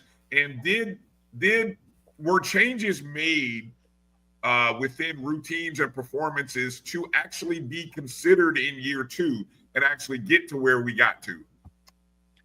I think, I'm not sure what the schematic was for year one, because we were in the Celebration Bowl. So we were there that weekend, but we're not affiliated with the inaugural year of the marching exhibition. But I do believe that there was a certain, energy that was missing from us not being in that kind of catalog of, being in that competition. And I just feel unbiasedly, you can't leave FAMU out of that competition level. And I believe that when North Carolina A&T established themselves as the band that won it last year, and then insultingly, it was the William P. Foster Award, which, we hold very reverence to, that another university had claimed that as the first inaugural year to be named as the, band of the land, the best band. So we took it personally, but we felt like this year would be a great opportunity if we stayed true to what we believed in, that we would climb up, the charts and what we believe in the process that we do, that we would have been able to go back this year. So yeah, it was. I didn't know all the criteria. Like, one of the criteria, we don't have, the auxiliary, the extended auxiliary with the dancing and so on and so forth. But that didn't negate from our artistry and our innovativeness to kind of bring the real raw music, the movement of the drill, the dancer team, our drum majors, our flag corps, and just the whole student body, just buying into this, this opportunity. What I said once again, the FAMU Band has never been judged by a particular platform or personnel to dictate what we do and how we do. So we was a little skeptic in terms of some of the criteria that they were establishing, but we rose to the occasion, and I think it worked out well for us. All right, go ahead, Kelvin. First of all, let me say it was my favorite show that the 100 did in the last couple of seasons. I thought it was awesome. I thought it was entertaining. Of course, the sound is always great. But my question is, what do you do and I'm not just you and the band, but the committee who puts the shows together to do a adjudication show where you are being judged and you do have criteria? How is the preparation for that different from a regular just FAMU halftime show? Well, I think what it sparked was making sure that what we do, that we were really precise. So we took a microcosm of all the student leaders that we have. We have some great student leaders with great ideas, and the staff, and Lindsay Sargent, who's the arranger, and Mr. Dante Douglas, who also assists in writing the drill for us this year. We figured that, if we put our central brain power together to make sure that we execute it to the highest, the knee lift, the drives, just finite. I'm talking about just nitpicking on every single band member from 8 counts, 16 counts, precision, how our head is moving, instrument angles. So we dug a little deeper. Not that we don't normally do that, but once again, it was like being judged. I think that was an uncharted territory. And I'm going to say that probably all night tonight, that we were being judged specifically. So I think it heightened our delivery to make sure that it was equally, that everybody had ownership in terms of delivering a fine product. So I want to follow up real quick with something you mentioned when you first spoke earlier. Being in the SWAC now, 4 years running, a lot of bands that have a lot of tradition also, and rabid fan bases who are social media active. but just tell me what differences you see between MEAC bands traditionally and SWAC bands. Well, a friend of mine have a term that people like what they like, and people only are educated by what they see all the time. And I do believe with the disparity of us not traveling a lot, people still not educated in what we do. Because people seeing FAMU for the first time, believe it or not, even with its 70-year plus inception. So there is a little delayed reaction in terms of what's heightened. I consider ourselves, both stereo speakers, competent, clean sound, and not everybody is attracted to that, maybe because they're not educated through that. But I do believe by going into the SWAC, we do have a different element. We're not going to sway from what we believe in. We're not going to, blow as loud as we can, and people can't identify maybe certain selections. That's just my unbiasedness. People could take it how they want to take it. But I think it's a vernacular communication where people could really enjoy what they're hearing from across the field or on the field. So I think just really growing the crowd attention so they could leave something. You know what? They play Can We Talk? I love that song versus, having a delayed reaction of trying to figure out what was done on the field. Yeah. Right. Agreed. Okay. Go ahead, Marcus. Thank you for joining us this evening. I have 2 questions. The first one, what, in terms of, I guess, the overall aura and just maybe the way it's being judged, what's the difference between the Celebration Bowl Battle of the Bands and say the Celebration Bowl Band of the Year finals and the Honda Battle of the Bands? I mean, in terms of like comparing, I'm assuming that both have some degree of judging in it, but I don't know. Explain to me, a non-band head, what the difference is between the two events from a band standpoint. Well, at Honda, I had the privilege. I'm going to be in a car. It's going to be kind of dark. At Honda, it was more of a short exhibition, non-judgmental. It's basically okay. best band. Every band come and do their 10, 12 minutes of, what they do and believe in. And the ESPN thing was very much like sports, categorize people into certain strengths and weaknesses, and they encapsulate you. So, like I said, it was a little different. So, it actually, in so many ways, it upticked our delivery instead of kind of falling into our regular routine, our regular innovativeness, our regular daily practices. It just, it made us more aware because, like I said, we'd never been judged before. So that was quite different in our, by the outside. People gonna say what they say, do what they do, but being judged was a different category that was not quite, there. So there was a little skepticism, but nonetheless, that's the difference between the two. I think it's exhibition versus, well-respected, retired musicians or band directors or teachers kind of quantifying what we do. But there's also a little skepticism too. People like what they like, and even judges like what they like, even though they're going for specific things that they want to, go for, But at the end of the day, I do believe we rose to the occasion by awing them, giving them something to remember that they can't nitpick us, So. Okay. And the second half of my question for the Band of the Year, what was the thought process going into the selections that were made for it? The selections, we wanted to be relevant. I mean, even with the song selection, we want to make sure that the crowd can be appeased to what we're sharing with them. With Frankie Beverly just recently passing, I think that's something that Before I Let Go. Sometimes you hear Before I Let Go, they might say Beyonce, but that's not Beyonce. That's Before I Let Go. That's that's Frankie Beverly, who kind of like. So there's a wide spectrum of just getting the old and new, because maybe because the sampling nowadays, the younger generation think this music is new, but the ones who actually do the research figure out that hey, this has been around 40 years, 35, 40 years. So that was the quite overlap. And then, in Atlanta, that's like the melting pot of Afrocentricness. So, you got to be careful of what you pick and how you get your message across. Thank you. Before I go to a couple of questions from the chat, I want to give you an opportunity. Tell us a little bit about your background. You've been, how long have you been directing the baritones, the sousaphones? Just a little bit of your background with FAMU and the Marching 100. Yes, this is my 12th year as tuba euphonium professor, lower brass. So I came in the resurgence. I call it the comeback in 2013. I'm a Florida A&M graduate, music education. I attended the University of Florida. I'm now recently getting my doctorate from Florida State. I finished all my coursework. So I'm a Florida boy all the way through, Haitian American by trade, Miami, Florida, Miami Central, even though my Rockets didn't do well this year. But we'll talk about that later. But but beyond that, I bleed orange and green. It's been a platform for me to grow, cultivate, and actually tell people that the tools that I've learned at FAMU are lateral. They work.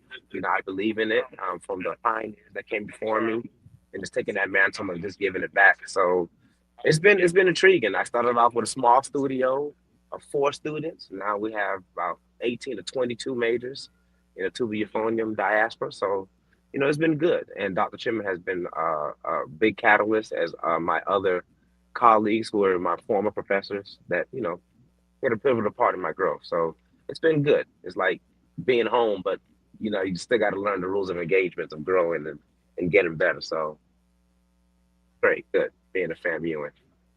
Okay. Well, good to know. Appreciate it. I got a question here from the chat from Hollow. Hollow says, Mr. Ralph, how can we get you conducting more songs? He says, I've noticed when you are conducting, we get more modern music. We need more of that. Well, I guess, from the scale of, I ain't calling nobody age, but I guess I'm still kind of like the young buck on the staff. So I'm very ingrained in on the current. And I think there's a current overlap of just making sure that we keep our ethics and our efficacy in terms of how we sound. So I'm always encouraging the new stuff, and as we kind of keep our traditional things kind of going. So yeah, I would love to do more. And a lot of it is with our student arrangers and other maybe alumni that have gone on in different areas. They make suggestions. I was like, yeah, let's take a tackle on that. Let's translate that and make it current so that the crowd can really hear something new and flavorful. So yeah, I'm looking forward to doing more charts. I just wish I would have taken piano a little more serious when I was an undergrad. Maybe I could arrange more music to keep the crowds engaged. But nonetheless, we have a great staff of arrangers with Lindsay Sargent, Brandon Cunningham, Kristen Yeomans, and others that do well in just, kind of like giving us things that we may have oversight on and what's kind of going on on the music and the radio waves. And we capture those moments. But yeah, I would love to conduct more, and thank you for acknowledging that. All right, appreciate that, Hollow. Go ahead, Kelvin. You got another question? We'll go another round. I'm going through the chats here. I know a few other people have dropped some questions in there. Yeah, I have a question about stand selections and traditions in terms of the band at football games. Is there like a protocol y'all have? First quarter we doing this, second quarter we doing this, third quarter we do this, and if so, communicate it. If not, kind of tell me, what's the thought process, the strategy in terms of the stand performance. Yeah, I think there's a little stipulation of what we can do, but we do outline the things that we want to do. We try to incorporate more, like if there was a first down, we'll try to play. If there was a big play, we'll try to get the crowds oriented with the SOS, the traditional things. But there's also a layer of just the officiating aspect of bands not playing. I feel like there's a FAMU rule. There's an underlying. I feel like I was in the band. Yeah, as soon as we play, it's like a it's like a penalty. I just don't know what it is. It's like our nuance just travels. But yeah, we try to keep in the scope and knowing there's a football game and that's the reason why we're there. But at the same time, people want to be entertained. So there's a love-hate relationship in that aspect of trying to keep it going. But we do the best we can, and I think we get a lot of our stuff during the halftime show at fifth quarter more so, where we're like, there's no restraint. But in game sequences has been, quite a little bit of a challenge from here and there. We try to get it going and keep, the crowd engaged with little, nuances or just chants, drum beats here and there. So yeah, it's been good but challenging at the same time, especially with the football, ESPN kind of taking the lead with the TV things and, can't play here, especially on the long timeouts. You'll think you would have a chance to play, but they're like, nah, we got these timeouts and it's commercial things. So it's a learning curve. It's definitely a learning curve. Let me jump in and ask, because I think I got a somewhat decent follow-up here. Speaking about those games and being at games, there's even more challenges because the game experience now, it used to just be when we were at FAM. I think we're all a little older, but it was just 100, and you had the PA and you had the 100. Now, these days, it's everything. You got commercials, you got the DJ, you got the 100. All of that is, there's a lot of stuff going on in the game. How does what and I don't want to bring it back to what are your thoughts on all that, but just how is the coordination done? I feel like every year recently it's a work in progress. We're always working to try to make it better. Just what's sort of the protocols or maybe how do you feel about the 100's place in the football game day experience that is happening with all of everything that's going on these days at games? We try to stay integrated. What is that? Athletics in terms of the outline, what presentations or things that may go on together and play. One say, when we're in bands, we alternate when we can play. I feel like at home we should be the more dominant ensemble. We should get more opportunity to play and not bias for it. And then dynamic of it, it's quite, because from game to game, you just never know what are you going to get. I do feel like they keep bands stagnant, and that's universally throughout America. bands are focal point, because you say you got the DJs, you got the announcements, you got the donors. It's real commercial. I think I first experienced that with the Orange Blossom Classic. I mean, I think we only played like maybe a few times, and then the fifth quarter kind of happened. So that was a different aspect where people actually came for the whole FAMU experience, where it was like, you know, just natural and organic, and people just enjoyed just like the nuances of everything. So, you know, and being patient, and we can't play as many minutes. Right. Now we got to find these 15-second. So we got to do these like little acts here and there to kind of make it still like the old traditional game day experience. But nonetheless, you know, we just try to fit into the curve what they're demanding and understanding. First, it's a football game. We wouldn't be there if it wasn't football. So, you know, we also know there's a big component of that being the focal point of it all. So, you know, we're here to compete. We're here to encourage our football team. You know, when our coaches tell us stop playing, they throw their hand sign, stop playing, we stop playing. Because we know it's important, because we want to win. But we want to make sure that we all engaged. And then when they want us to play and they hype, they make a big, we follow their lead. So we're very like watching the game and making sure that we're not a distraction, but an inclusive into the game.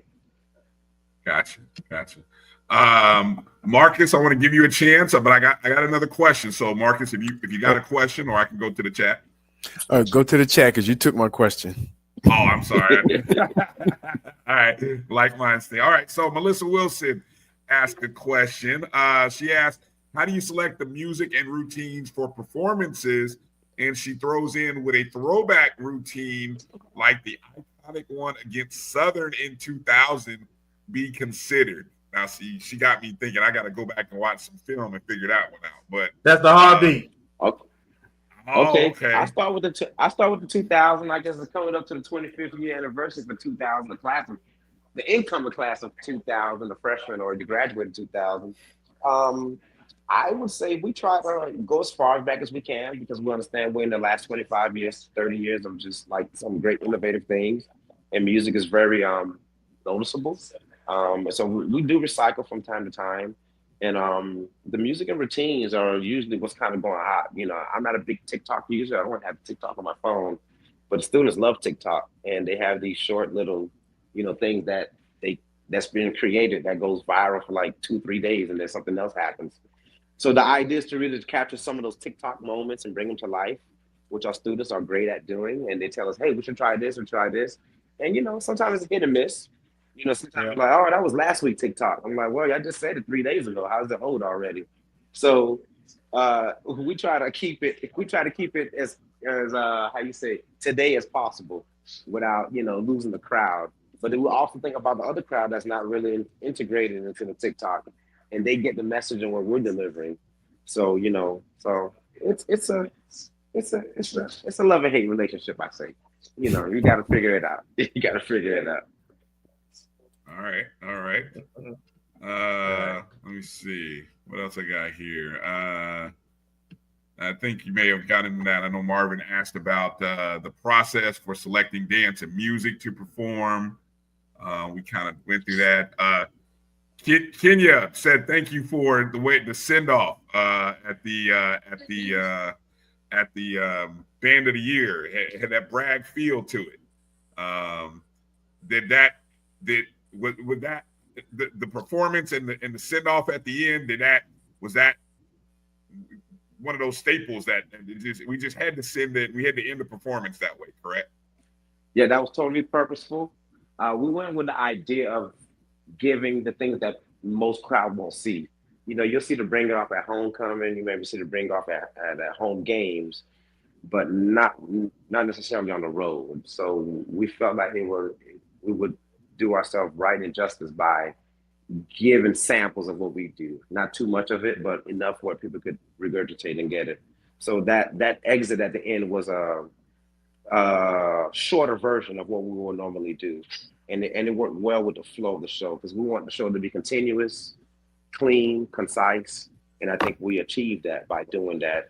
And our drill writer was amazing in altering what we normally would do to kind of fit all the ideas that we usually do on the bring it on, to come onto the field with the Rattler and then hit that first formation, to coming off on that block formation and then segue into a bring it off. You know, and it's not every day you see tuba splitting in America. I think that's a FAMU thing, that's a genuine thing, and it was a highlight. And the Rattler is second to none. So, you know, we just gave them a taste of home in Atlanta. So that was ingenuity. And that was, you know, catapulted from our student leaders and saying that we want to leave a staple point with the Rattler head and some of the formations that we chose to put on the field to kind of like what we believe in here at FAMU. And I know I think I speak for the fellas here. I know we always enjoy it when the 100 dances and never puts their instruments on the ground. You know, it's just you know, it's just something we don't do. I always get a kick when I watch other bands do it, and I'm like, yeah, that's something we'd never do. So.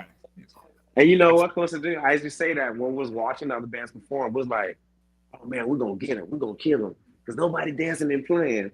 So you heard the murmur through the kids, and I was like, yes, so that was a unique thing, and you're correct.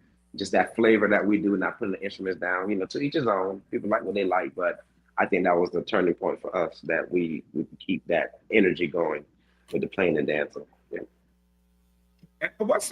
I mean, you know, sometimes I don't want to miss on this, that, you know, our students are, you know, they are the show. You know, I mean, they are generally as excited about winning this award as we are as alums talking about it, right? I mean, there's a great sense of pride. Just talk a little bit about the sense and their pride and joy in being recognized, you know, the way that we are proud of them.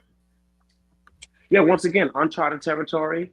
And, you know, this was their asterisk and their membership in this band and the current band, in terms of like saying, I'm gonna say it again, we have never been judged before, just never. And they took that challenge, and it's like, you know what? We don't know what's happened in the past. They know what's happened in the past, because we've never been judged. They've been here attracted by the energy. So when they took the challenge and we took the challenge, it had to be all inclusive, because we was not gonna do this unless we all believed in what we're going into. And they rose to the occasion. They have friends in these other bands. They talk to each other. You know, it's bragging rights, and I believe they rose to the occasion. And I mean, we cease to exist without the students. That's a Dr. Shelby Chipman statement, and I truly believe it. And they believed in us to lead them, and they believed in us to show the FAMU nation that we can do this.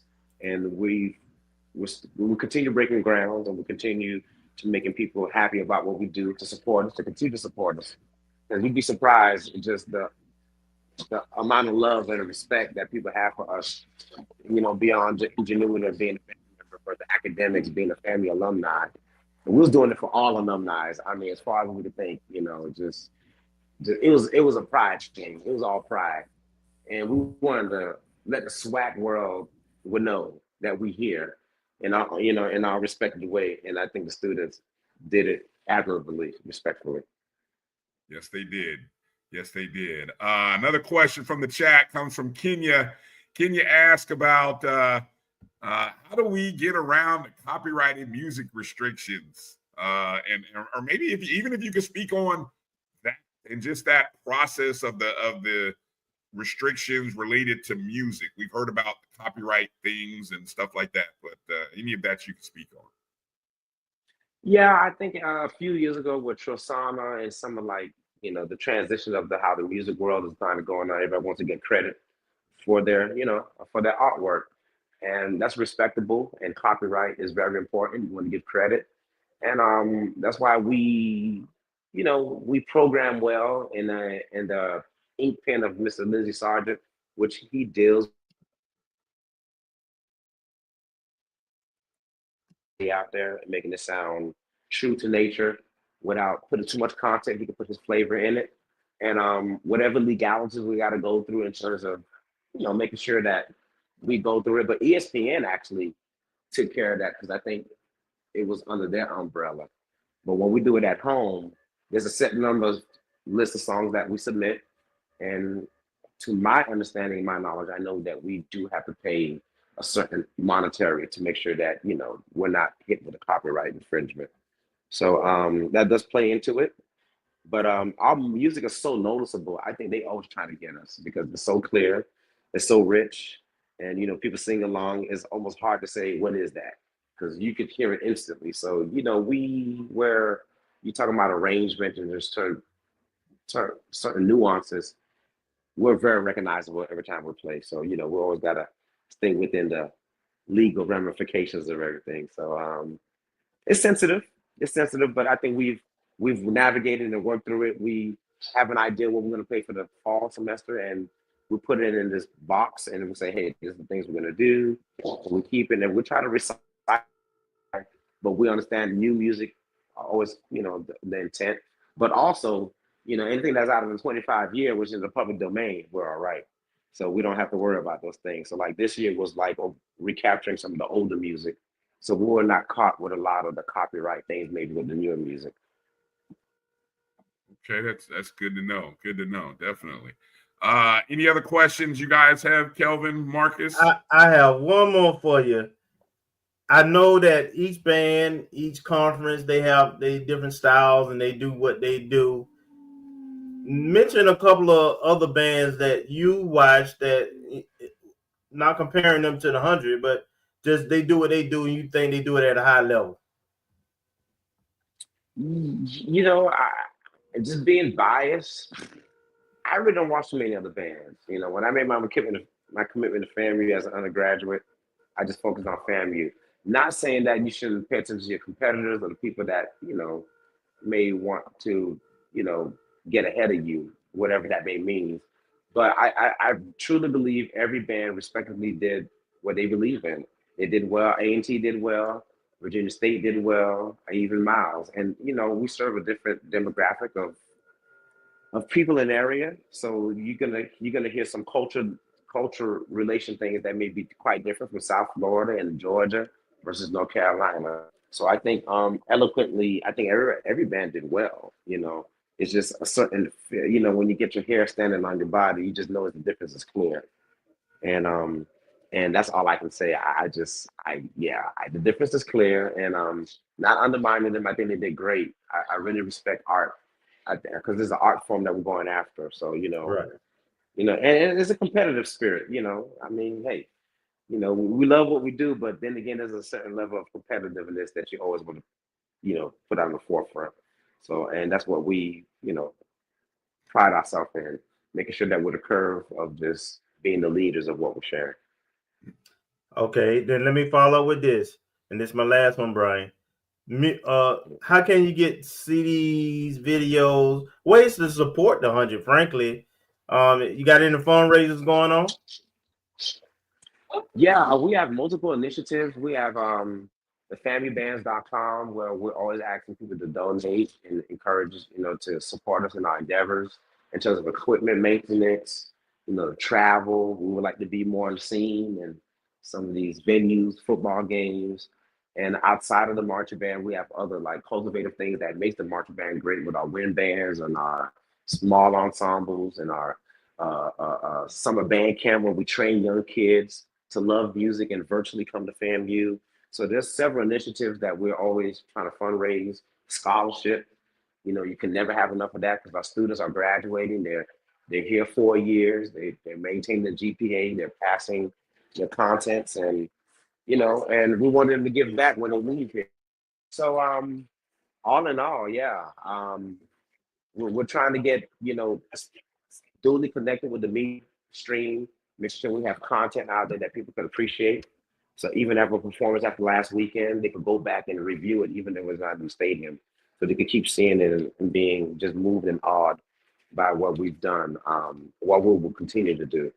So as we come to learn the social media thing and the YouTube and the Instagram, we have all these pages where our student leaders put, our individual students in each section, acknowledging them.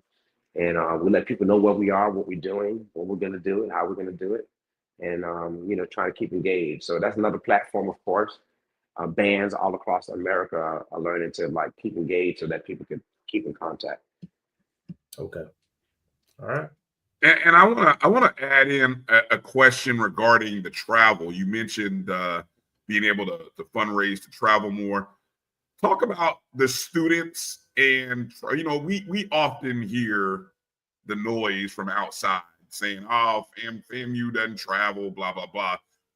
And I always kind of wonder and think about the students and wonder, say, I always think that the students would probably want to travel. We all, because they enjoy this, I would imagine. So from their perspective, as you talk to them and you hear from them, what do you hear from the members of the Marching 100 as it relates to traveling? Do they wish that they could travel to more of these road games and some of these classic SWAC contests and things that we as alums, when we look at it and we see the SWAC, which is a very band traveling conference, what's their perspective or thoughts? Oh yeah, that's the competitive spirit. Like I said, they have friends from their high schools, friends from cities that go to these other colleges, and I think there's a competitive spirit where they want to see these bands, or we want to see bands come to brag. So either way it goes, we want to be in that competitive realm, and I think it's important just offering the real total package of an HBCU experience from both sides, that they get a real good, immerse themselves into it so that we can, do what we do. I'm not the leader of why we don't do it, or I don't make the final decisions, but I do know there's a missing component where people, they want to travel. As soon as, I can honestly say this year we had almost 30 days, not off, but 30 days when we didn't see no band, we didn't have no football game. It's just how the schedule went, because we didn't go to Jackson, we didn't go here, we didn't go there, and so those are our premier HBCU, and we're not seeing each other, like the total package. We're playing the football games, but we're not getting always the total package for whatever reason. Maybe that's a higher up situation. Maybe we can reorganize that to make sure that we have these great moments, that we can really enjoy it. I think both sides will enjoy it. So yeah, the students really want to do more of that if we could. Nice. All right. Well, again, I want to give you an opportunity. Thank you again for coming on tonight. Anything that you want to share with us? Any sneak peeks to anything that we should be looking forward to in 2025 coming from the Marching 100? Any breaking news? You can do anything you want to do, or anywhere you want to go with it. I want to give the floor to you. No breaking news. Just we love you. We ask for your support, and the best is yet to come. I think this platform that we just reestablished ourselves as being one of the premier ensembles, historical ensembles, that we look to getting more vibrant students to come and fill in the ranks, and to keep this fire going, because the idea is for us to win it every year, and we know it's going to be difficult. We know everybody's going to come out with their A game, and probably even microcosmically copy us even more than ever. So that might be from the stands to the field to whatever ambiance, our aura. But I look forward to just reestablishing ourselves and keep the game plan going and being on top. So I think our fellow staff, the chairman, Mr. Sargent, Dr. Chipman, who's the leader of our ensemble, that we continue to grow, we continue to reach out and just, keep building, keep supporting, and I'm looking forward to next year. Well, definitely want to again thank you for coming on. Thank you and congratulations to the Marching 100 staff and performers on a great season. And again, the standard is the standard. And finally, I don't know what's left now. We've been judged. You won. I don't know what you do from here. So we just continue to, build a bigger bridge and make it harder for people to come across it. I don't know. But I'm gonna put a Nike model with a FAMU. Just do it again. Just do it again. Just do it again. There it is. Hashtag do it again. There's the theme right there for 2025. Right there. Hashtag do it again. There it is. Yeah. All right. Well, again, hey, thank you for coming on. I wish you and your family happy holidays and Merry Christmas. And to all the members of the Marching 100, we salute you and we say congratulations and thank you for a great season. Yeah. And we can't wait to see what you guys do again in 2025. Thank you so much. Thank you for having me. All right. Awesome. Yes, sir. Thank you. Okay. All right. All right. All right, ladies and gentlemen, give it up one more time. Ralph John Paul, the director of the baritones and sousaphone, part of the Marching 100 band staff. Awesome, actually. I think that's our first official interview with a band director or anyone. No, we've had an alum. We've done the Marching 100 alumni president before, so actual current. Yeah, we have Victor and we've had Kim. We've had both Kim on. Yeah. This is the first active current director that we've had. So right.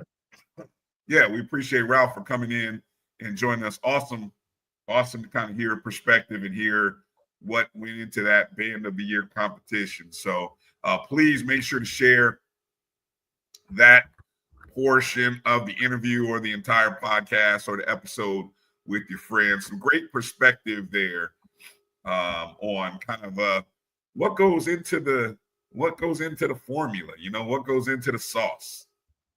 Good stuff. Thank you for all the questions as well. All of you who asked questions in the chat, Melissa, Marvin, Kenya, EA, all you guys, anybody I left out, I'm sorry, but appreciate you. I think Hollow had asked a question in there as well. So appreciate you guys. All right. Well, let me do, I want to say, Marcus, what is your time frame looking like? Let me ask that. I want to be respectful because I know you're a hardworking man, and I know you got some stuff to share with us. So talk to me. You're on mute. You're on mute. You're still on mute. Still on mute. There you go. 10:15, but after that, I gotta wrap it. All right. So let me go ahead and roll right into it then. Yeah, let me do a quick. Can I do a quick break, Marcus, and then give you a chance to get your stuff set up, and then when we come back, Marcus will do some updates on football recruiting information, and we'll go from there. All right. You're watching the O&G StrikeZone right here on the Black College Sports Network. We will be back in just a moment. HBCU football fans, a champion will rise at Mercedes-Benz Stadium on December 14th. MEAC champions, SWAC champions, the Cricket Celebration Bowl, crowning an HBCU national champion. For event and ticket information, visit thecelebrationbowl.com. This is Bryan Fulford. AD Drew and I are co-hosts of the BCSN Sports Wrap. We talk about all things related to HBCU athletics. From the games, teams, coaches, and fan interest stories, we cover it all. You can find our shows on Facebook at BCSN Sports Wrap, YouTube at MyJBN Online, and everywhere you listen to podcasts like Anchor, Spotify, Google, and Apple Podcasts. You can also find the show on the Jericho Broadcast Network's app. Make sure to download. We look forward to you joining the conversation and being a part of the show. Looking for the ultimate cultural experience of 2025? The Zora Outdoor Festival of the Arts is where you need to be. From January 31st to February 2nd, Eatonville, Florida will come alive with incredible live performances from the Levert Experience and the Bar Cave. Immerse yourself in interactive art. Shop from over 80 vendors. Take a journey through history with a new virtual tour app. And enjoy family-friendly STEM activities. Plus, don't miss the unforgettable R&B tribute to the legends, honoring talents such as Whitney Houston, Marvin Gaye, and Luther Vandross. This is more than a festival. It's a celebration of Eatonville's rich cultural heritage. Visit zorafestival.org for tickets.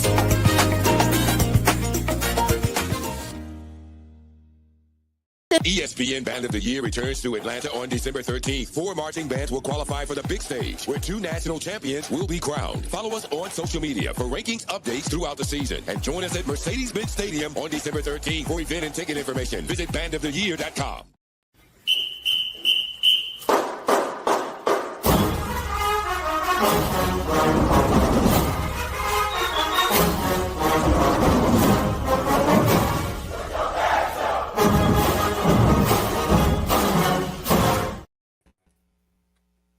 welcome back to the O&G StrikeZone. Bryan, Marcus, Kelvin here. Before I turn it over to Marcus, want to make sure we give a quick mention of scores from last night. Our men's basketball team, they're out in Utah, taking on the Running Utes of Utah last night, and then I think they'll be taking on BYU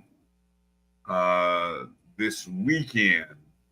Lost 89-59 last night to Utah. A game that I can only summarize by saying we could say that, man, to have the Marcus. I only You can say that after Marcus went. No, because after Marcus, I mean, we may be ready to go. I just wanted to, mention it. People may, come on now. I just was gonna mention that. I was saying we're gonna mention it on the way out the door. But go ahead. Love the pre-show meetings that we have on our show. All right. With that said, we'll just stop there, and I will turn it over to Marcus Green with some of our latest information on verbal commits. Marcus, the floor is yours, sir. Yes, and it was looking a little dicey on signing day.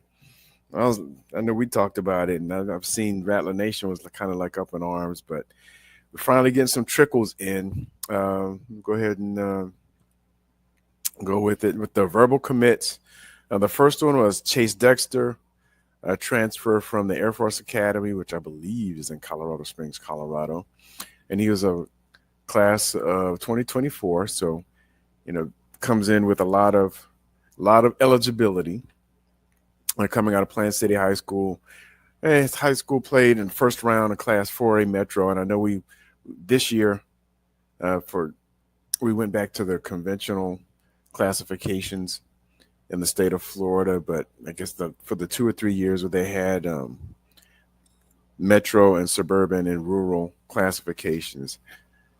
And, looks to be a depth. We'll see. And he come in and compete at the DB position. I did see something where someone said that he actually signed. I have not seen any evidence of it. I didn't see anything posted on social media. So I don't know to what degree that may be true. So I haven't categorized as a verbal commitment so far. Next one, Damian Thompson, another defensive back, is actually given a PWO offer. And he says he shut down his commitment or his recruitment based on the PWO offer to come to FAMU. He started out at Los Angeles Valley College and then moved to Morehead State for 1 year. And then now he's coming to FAMU, which I'm assuming may be his last year. Who knows, in terms of eligibility. But another defensive back who did have some accolades at the junior college level.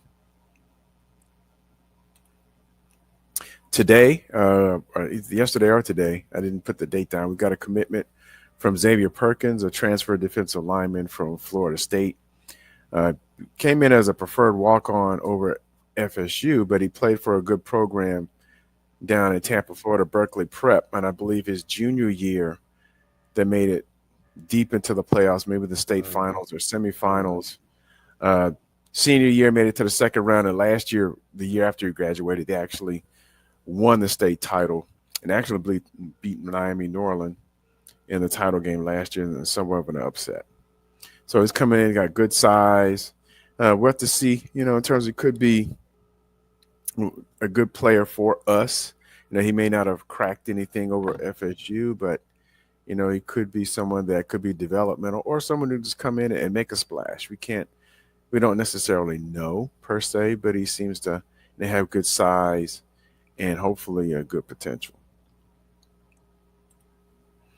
Today, Alexander Davis, a punter from Timber Creek High School. And I would look back at his social, and I must have missed it, but we actually offered him in high school. And it looks like early in January 2023, he had committed to USF. Don't know what everything that transpired there, but then he ends up at Mississippi Valley. And this year, according to his social media posts, he had some film. He was probably one of the top ranked punters in the conference. And so again, it'll fill a need that we had with Mike Smith, Trey Wilhoit jumping in the portal. Oh yeah, and it may free up the young man from Cocoa High School, Gunnar Trout, for field goal duty. So we'll see how that shakes out on the special teams, but getting in a proven player within the conference, and I don't know how many punts he had, but and you know, no shade to Mississippi Valley, but based on some of the scores in the other games besides ours, he probably punted a lot. It looks like he had plenty of opportunity.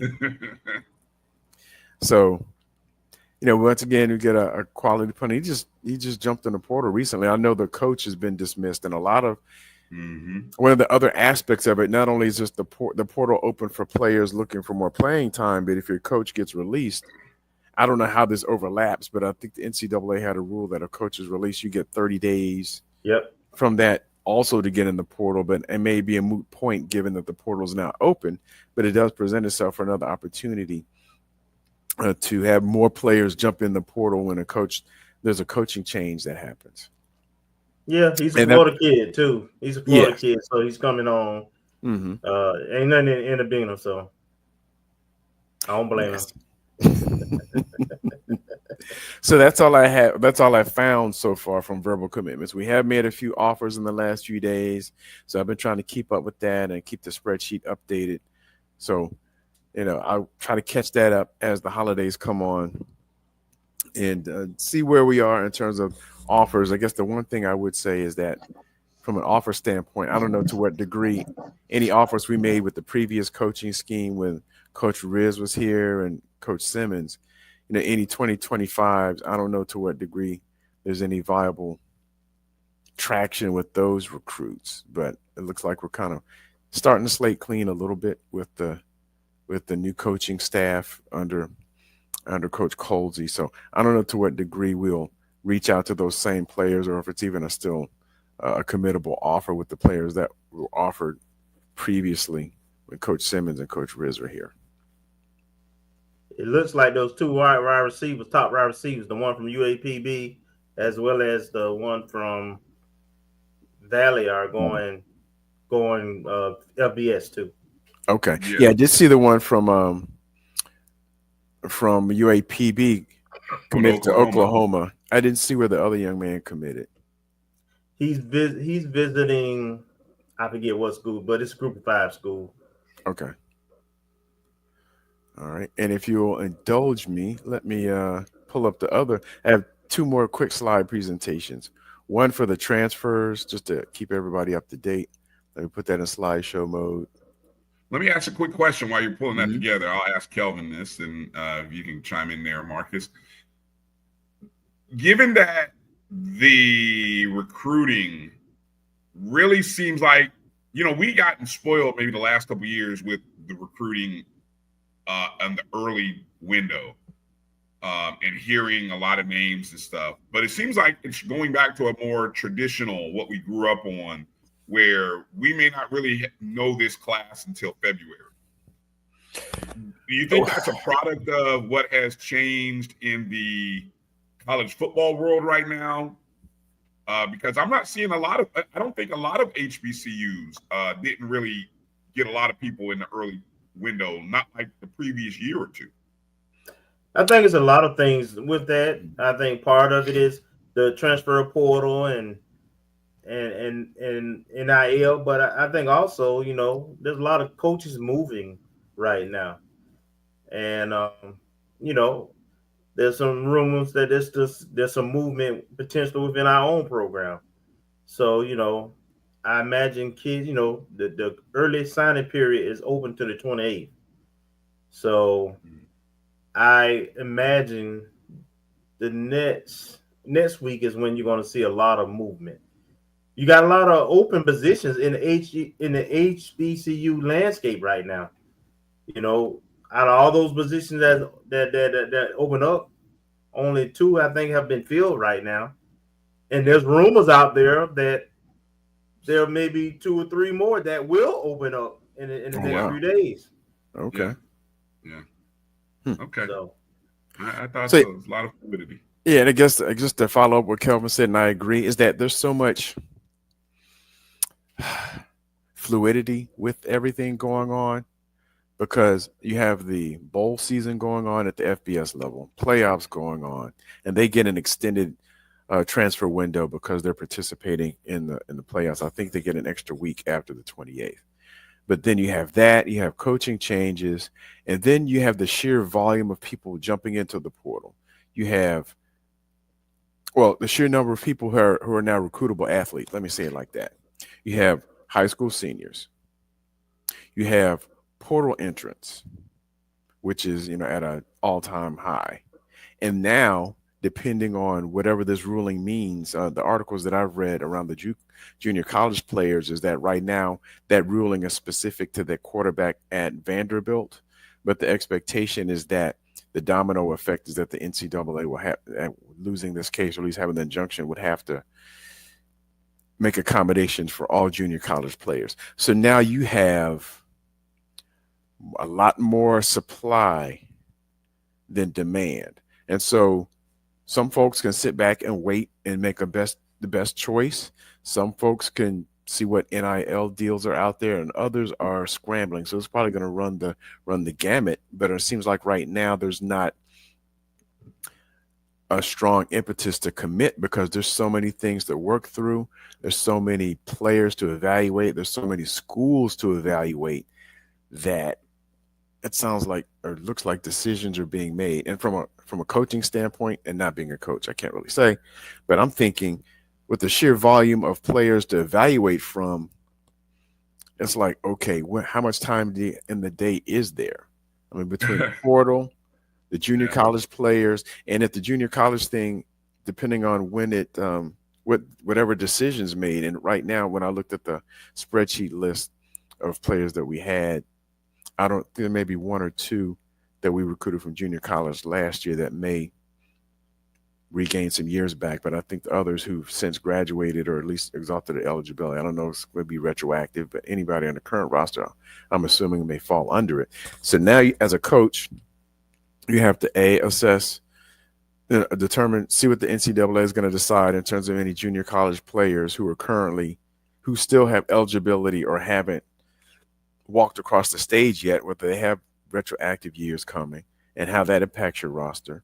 Then you got the whole transfer portal. Then you've got high school recruits that are seemingly getting pushed further and further down the rung, and how you want to build your program. So there are a lot of players that need to be evaluated in a short amount of time. Yeah, that's a great point. How many hours in a day are there? Boy, I tell you. All right, here you go, Marcus. Got yes. So let me go. good old departures out of the program. Now, yes. So it won't be a lot, just because it's maybe one or two. Well, let me say this: I don't have a lot of slides. These slides populated over the course of last year when Coach Simmons left, all the way up through April, the spring window. So I only have like a slide and a half of players now. But you can see from the names, and I think I have this correct. I think I did see where Jalen Ward, it sounded like he committed to University of North Alabama. I saw something today or yesterday, but I didn't get a chance to check before the show, so I made a guess. KJ and everyone else is to be determined, but we lost at least one wide receiver, and these are all portal entrants. So I'm not looking at graduation, but just portal entrants. A couple of offensive linemen, KJ McCoo and Janik Ogunlade, both jumped in the portal. We know about the two special teamers, Michael Smith and Trey Wilhoit, making themselves available. A defensive back athlete, Judify Michael. I did see a quick post from Eric Horn. So once again, that's debatable, and it got deleted. So I don't know if he's changed his mind. Seen a couple of things from him in terms of medical, requesting assistance with the medical. I don't know if he'll get a medical red shirt for a year that he might have missed or been injured. Quarterback David Oliveros Jordan spent 1 year. Defensive back Braylon Oliver spent 1 year with us. And more recently, Alston Hooker. I don't know if I saw anything from his social media, but it looked like someone else picked it up. Khalil Hunter who's a reserve linebacker and defensive end out of high school, played at STA, St. Thomas Aquinas. And I saw something from Cesar Reyes. Those are the last ones that I've seen more recently. So we're looking at least double digits there. So 3 on that page, and I guess at least 1, 2, 3, 4, 5, 6, 9. So we're looking at 12 at least so far before Christmas. And Eric Horn is returning. Okay. Apparently, that's what EA is alluding to. Okay. And I'll skip, those are blank holding ones, but then, we get to the NFL declarations. We have Kendall Bowler, Kelvin Dean, Jalen Goff. Some nice graphics too. Ooh. I'm telling you, man, that's a whole new. The industry. It is an industry. I wish I would have stuck with Photoshop, and I could have. I'm telling you, the industry between the signing day.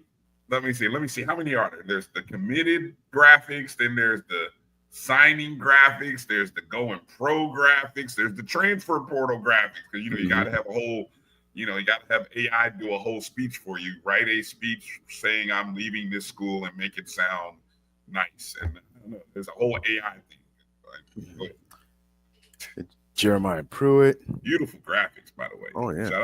Shout out to all these guys. Shout out to the graphics people, man. As someone who does graphics, man, I tell you. Yeah, I should have stuck with the Photoshop, but I just not even didn't have the time.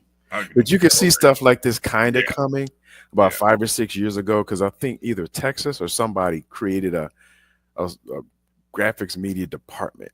One of the schools that has like 7 or 8 figure budgets.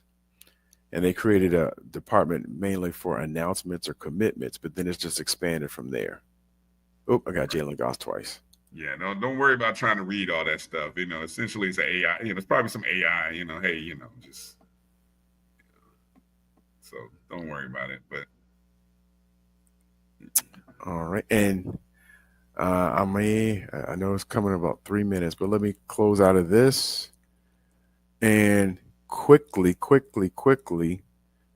if I can find it, go through the slideshow we didn't get to last week for Ashley said it. That's Shweta doing the graphics on the NFL. I'm assuming she's doing the ones on the NFL guys who are going. I would imagine. So yeah, I think she indicated that on social media. She was working with some of that. Nice. All right, the last one window. Oh, I didn't. Hold on, let me slideshow. Yeah, Edwin, it might be a look. If a lawyer or an agent, these guys, they probably are you. I'm telling you, look. Speaking as someone who has become very familiar and useful with AI, it ain't hard to put some stuff in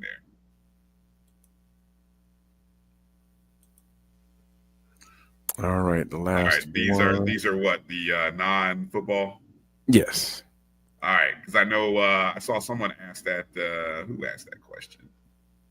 Larry Sargent. Any recruits in non-football sports? So here you go, Larry. Right here. This segment's for you right here. All right, we didn't get to this last week, but to go through it quickly. I'm assuming it's Amaya Ramos. She signed out of Taylor High School in Pearson, Florida.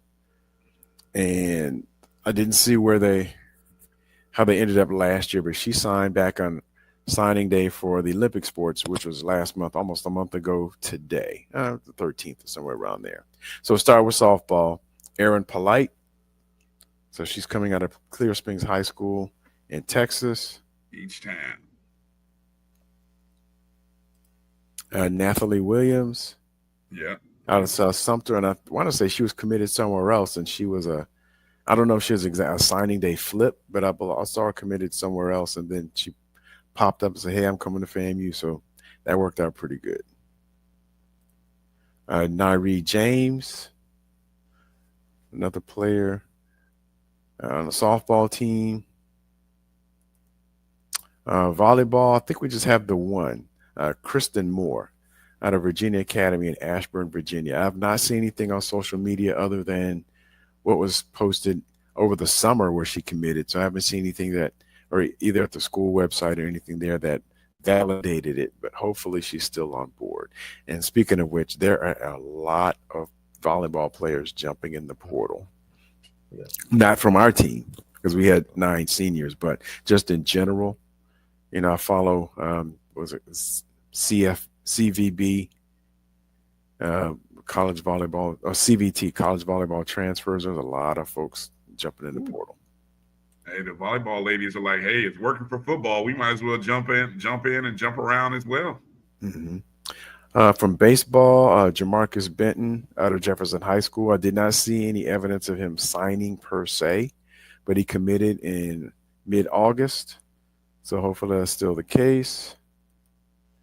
Track and field, Lauren Thompson out of Archbishop Carroll High School in DC. And I was searching, and apparently they have a national reputation for track. Yep. And so they had some young ladies. I don't think she was on the team, but that won either the 4x100 or 4x110 hurdles and set a record last summer. So hopefully, she's in that same realm to add to the track team. Basketball, Xana Justice out of the ATL out of Milton High School. So she signed on signing day. And she goes 6'3". 6'3". There we go. Naya, I hope I'm pronouncing it right. Naya Rose. It's like my sister spells her name same way. Yeah. And so she signed. Actually, I guess that's the signing. I need to update it. When she signed, I didn't update the signing day. So she signed with Coach Prusher, and I think that's all I have. I'll just have these holding spots for other sports as we get folks. Okay, excellent. Thank you, Marcus. Good stuff, Marcus. Oh, wow. We were talking about this offline, that this will probably end up being the last live show because the next 2 Wednesdays are Christmas Day and New Year's Day. So there's a very, very not even there's like that much of a chance of a live show. So what I'm saying, folks, this is probably our last live show of the year. So Marcus, before I let you go, I got to ask you, maybe give me your top 3 or your top 2 stories from the calendar year. FAMU Athletics, just whatever comes to the top of the dome. I know we didn't. So here's what we're gonna do, folks. We're gonna put together some best of shows in the next couple of Wednesdays. So if you have any interviews that we've done this year that you want to hear us or want to hear again, send us an email, ONGStrikeZone@gmail.com, ONGStrikeZone@gmail.com. But come on, Marcus. Give me 1 or 2 big stories from the year. What's the biggest stories? Whatever comes to mind. The biggest story, the first thing came to mind was 237 Gate. I don't know what to call it. Jerami Gate. Jerami Gate. And the domino effect of all that, including athletics. And other one that pops into mind was the volleyball team going undefeated in conference and winning 25 plus. I think we're up to 27 and 28 wins total for the season, and capping it off with an appearance in the NCAAs and winning the SWAC title. Okay. There's a couple good ones. That's good. So those are the 2 that popped into mind. Yeah. Okay. Kelvin, you want to? Well, I mean, I don't want to hold you up, Marcus. So with Kelvin and I can kind of cash out ours in a moment. But Kelvin, Marcus, anything you want to say to the people as this is your last appearance for 2024? Obviously, again, no live shows next week, which is Christmas Day. Anything you want to say to the people, Marcus? I just want to thank everyone for being loyal watchers, loyal listeners, and contributing to the program, either financially or through your insight and support. And just looking forward to 2025. I know Kelvin has some great guests that we're proposing, and we're trying to reach out to different folks to make sure we keep the show lively, keep it informative, and keep it fun. So I just want to thank you guys for all your support and all the efforts you put in, and just keeping Rattler Nation strong. All right. Well said, Marcus. And happy holidays. And happy holidays. Oh, Merry Christmas. Merry Christmas. I'm not afraid of saying Christmas. Merry Christmas. All right. Absolutely. All right. Marcus Green, ladies and gentlemen. All right, Marcus, we'll talk offline.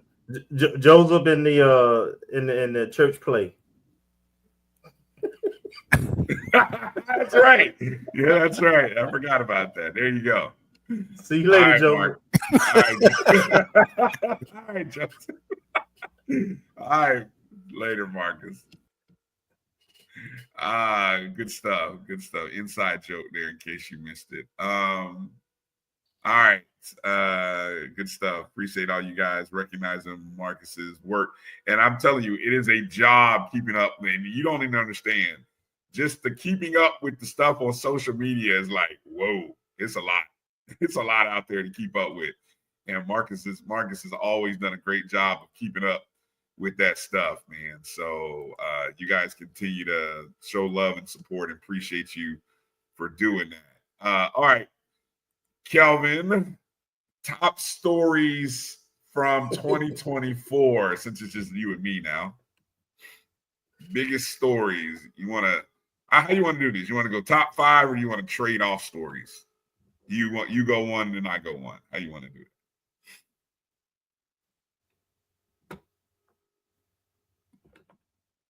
You guys in the chat, you tell us, what's your top story from 2024? Your top story from 2024. Good, bad, or indifferent. Okay. Let's alternate. I start off Coach Simmons Asst from FAMU. That was and it was early too. But that was the first one that came to my mind. Yeah.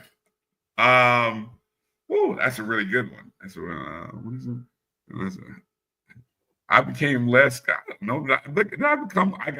what? Probably I became less petty because I was probably having to deal with more foolishness than anything.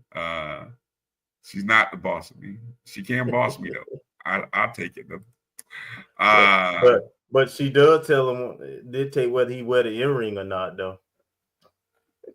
I saw her at the celebration bowl. I didn't get a chance to get my hug, but whatever.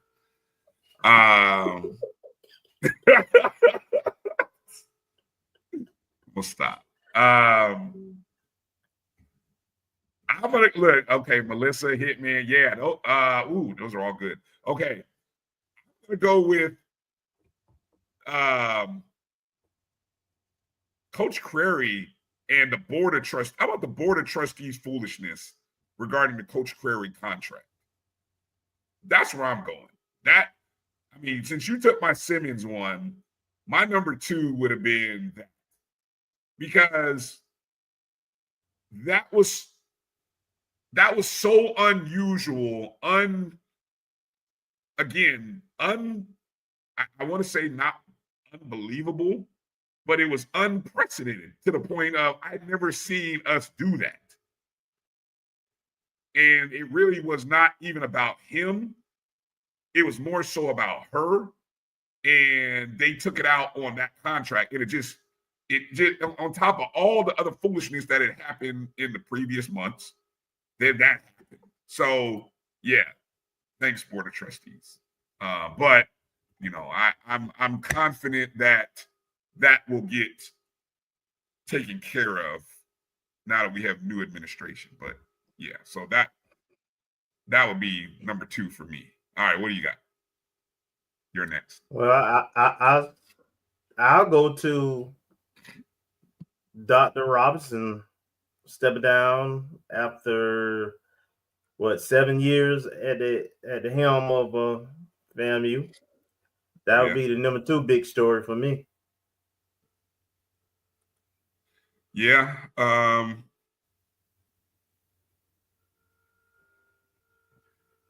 feel like it was a year or two overdue. I hate to say it, but It does. It feels like a year or two overdue. I'm gonna go. So then my next big story, then it has to be not only what was it? 48 hours. 48 hours after the booster luncheon, where we finally got our AD to come on with us. And she was excited. I mean, she was personable, talking, and then like literally 48 hours later, resignation with the, Dr. Beard asking for everyone's resignations or senior leadership's resignations. And, she's out. Deuces. Big girls don't cry, whatever the t-shirt and the photo was, it was just all like, wow, really? You knew it. You had to think it was coming. You tried to tell people it might be coming, but people were like, no, really? Y'all gonna do that? Yeah, they did that. But, she's doing better for herself. Hey, man, they killing you, especially EA. EA, EA. You don't know the half. Go away, EA. All right, so I'll do one more, and I'll go with the hiring of Angela Suggs as our AD. That was big, man. That was a home run hire there, I think. Yeah, that's a good one. That's a good one. That's a good positive one. That's a good positive one. You got me inspired then to want to do a positive one. And I'm torn because can I split? Can I split between softball and volleyball? What I like about the softball story is it's like Coach P finally has the full she's got everything she needs. Going into really it was like her second full year, if I'm not mistaken, right? Second full year. She got, time to do whatever, get the recruiting, she got the staff. And this team was just so much more improved. She got the pitchers, Oriana Hughes, she got Samantha Smith. And we had a great run. I mean, we won the SWAC East, some outstanding games in the tournament. And then we just had a couple of unfortunate breaks. And, we ended up losing the championship game. But I'm really proud of Coach P, the ladies, the softball team, good friend of the program, Naya. I mean, I call her an Iron Woman, amazing young lady. Just that group of girls, ladies, they were so fun. They were fun. And yeah, I really think they reestablished our place among softball and HBCU softball elite programs. And of course, the volleyball team, the no losses in Lawson. So that's kind of my 3A and 3B. The no losses in Lawson and just the unbeaten SWAC season was pretty special. Yeah, definitely. Yeah. Oh man, you guys have gotten some. Let me just go. Some of you guys got some good ones here. I'm gonna just kind of run through the train here. Hollow, yeah. Yeah, that was memorable. The naming of Althea Gibson Way. Sadly, the Coach P exit, that was sort of deflating. That was kind of like, oh, really? You know who it didn't even get a mention? Again, our women in the spring were just so awesome. Our women's sports were so awesome.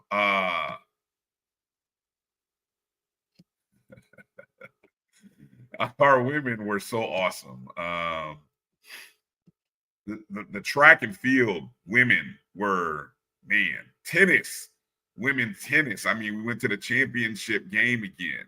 We came that close to almost winning the SWAC Women's Award, right?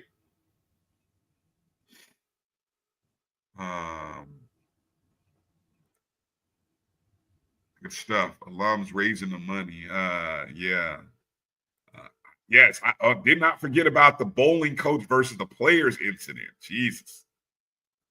Shout out to Mo Shamora, graduated, and just everything she did to kind of shine a light on that. Because I think had she not shined a light on that situation, I don't think we would have heard about it. But that spoke to the power of the internet and social media.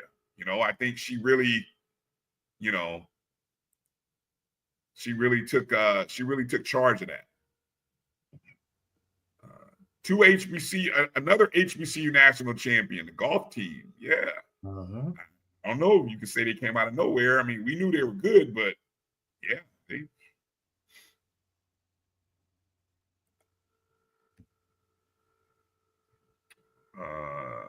what is this? The Blueprint Committee. Oh my God, EA. The shoulder tap. The tap heard around the world, boy. Yes, indeed. Boy, y'all are funny. Fan of the Year award. Whew. Kelvin, we got a long list of stuff, boy. I don't know. Yeah. Well, we rallied. What? Hey, good or bad, we do it big. I'm telling you, boy. Look, keep it real. Did any other HBCU have a more memorable year, good and bad, than FAMU? I don't think they did. I think we kept people paid this year in terms of content. Content providers' numbers grew in 2024 because of FAMU. That is a true statement. I mean, from live shows to any 5-minute commentary on FAMU, we had it all. We kept people paid this year, boy. Damn, it was a year. Yes, we did. I don't even know if I have enough. Look, I'm gonna have to go back through the calendar on this one, Kelvin. This is gonna be an interesting write-up. There's a lot of stuff that we did this year. Every month it was something. All right, I think you guys hit most of them. Anything we left off?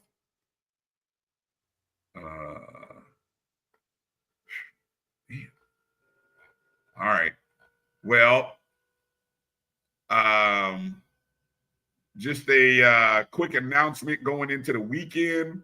FAMU women are back on the court on Saturday. They have not played in almost 2 weeks since they beat North Florida back on December 7th.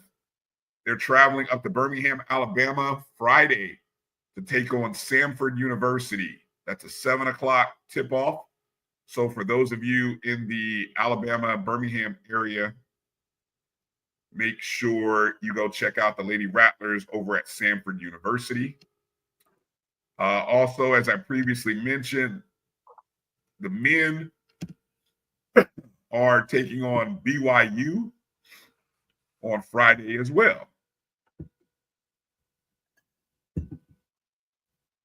Not looking forward to that one. Does BYU shoot better than Utah? Didn't they just sign like the Oh yeah, they just top signed guy? the top, one of the top high school with a $7 million NIL contract. Yeah, they're going to be tall, and they're going to execute. Tall order. It was just more of the way that Utah passed the ball. Just real quick, that game the other day, that Utah team, the way they just passed the ball, it was just like, damn, they look good. And every shot in the first half, it looked like that SMU game. No, not SMU, TCU. where TCU hit like 11 3-pointers in the first half. I was just looking at the stats. Utah hit 8 3-pointers. I think I saw all 8 of them too. It was a stretch of about 10 minutes where I think they hit all 8 of them. And I just was like, they were pretty much open though, which was concerning. They were. That was the hard part. Yeah, I think that's the part between them. That and the inbounds, right? They must have got like 6 dunks on inbounds or layups. The offensive rebound, the rebounding was horrible in the first half. Though we just looked like we just weren't invested in going and getting rebounds. It was like, damn, I don't know. Maybe it was the altitude. Trying to find excuses, but anyway, yeah. Keith said in turnovers too. Pretty much a tough game. Tough game. Yeah. EA said, well, look, hey, we covered the budget, EA. I can say that. I don't know if it was 50, but between all the check games, I know, we covered what we needed to cover. Second half was a lot closer. Only outscored 39-28. But yeah, they almost had a 19-point lead at halftime. Kind of hard to come on.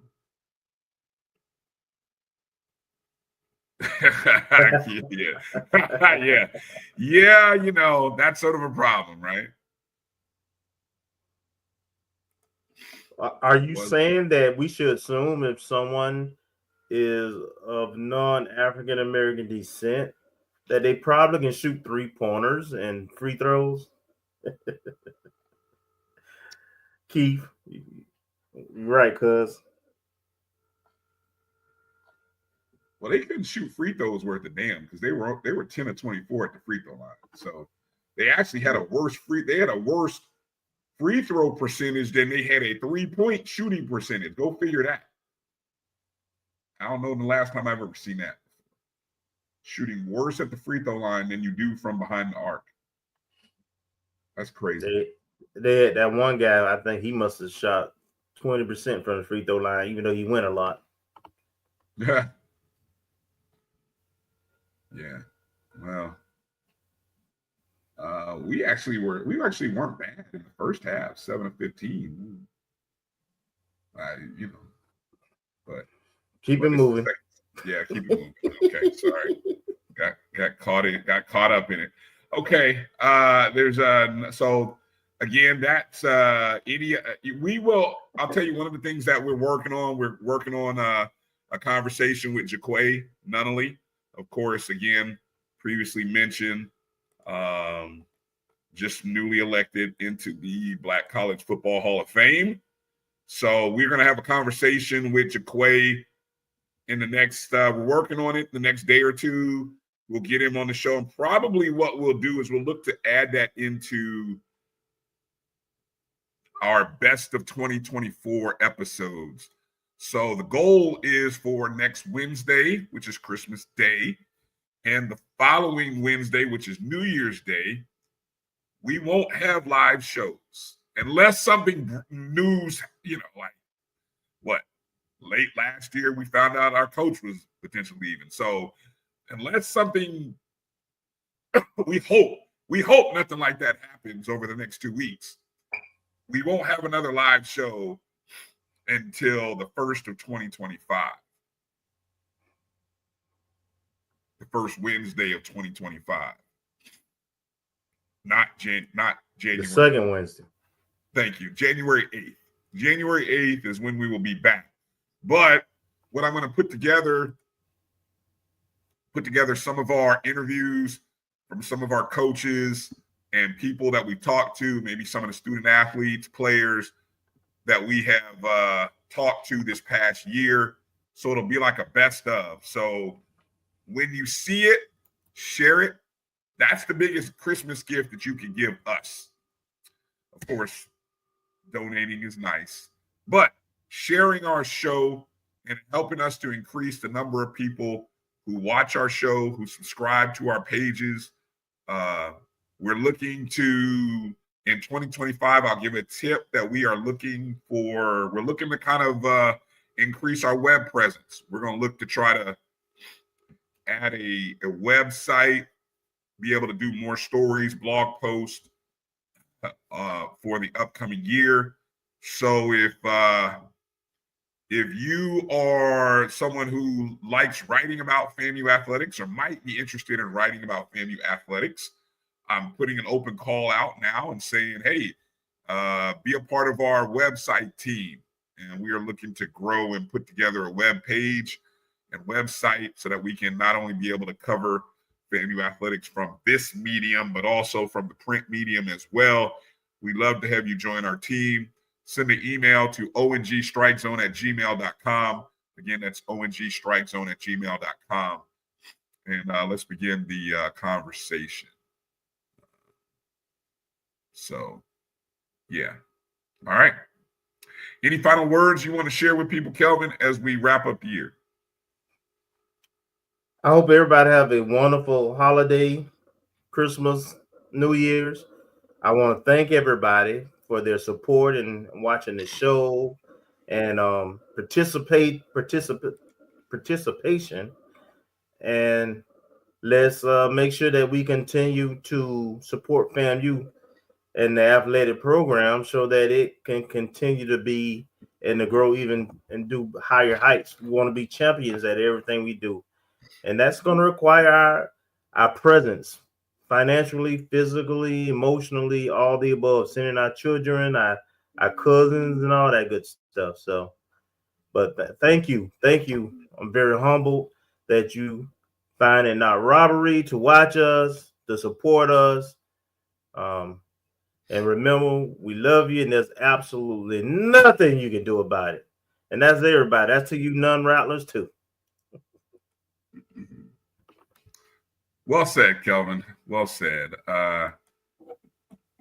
Again, on tonight's show, I want to thank Ralph John Paul for coming in and joining the show. Thank you, Rattler Nation, for watching the show, supporting the show. Thank you to all of our coaches, administrators, student athletes, alumni, supporters, anybody that has helped make this show possible in 2024 by coming on the show, being a part of the chat rooms, sharing the show, meeting us out on the road at the tailgates and the games.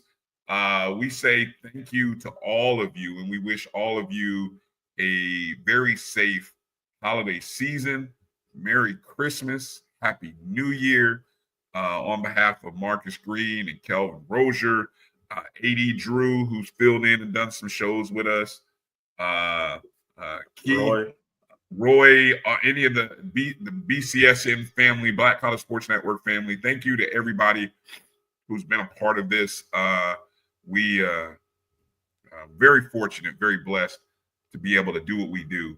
And we couldn't do it without you. And we're looking to keep growing in 2025. So just share the show, share the website, share the page with your friends. I still meet Rattlers to this day that don't know about it. So that means it's on me, it's on you, it's on all of us to share this with the rest of the family and help keep us informed and everyone informed about FAMU athletics.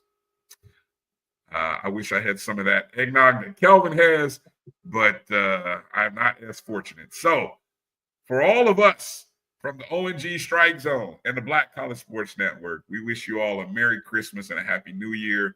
Stay tuned for those best of shows on Christmas Day and New Year's. And for that, we will say peace out, God bless, and Rattlers, strike, and strike again. God bless everybody. Peace out.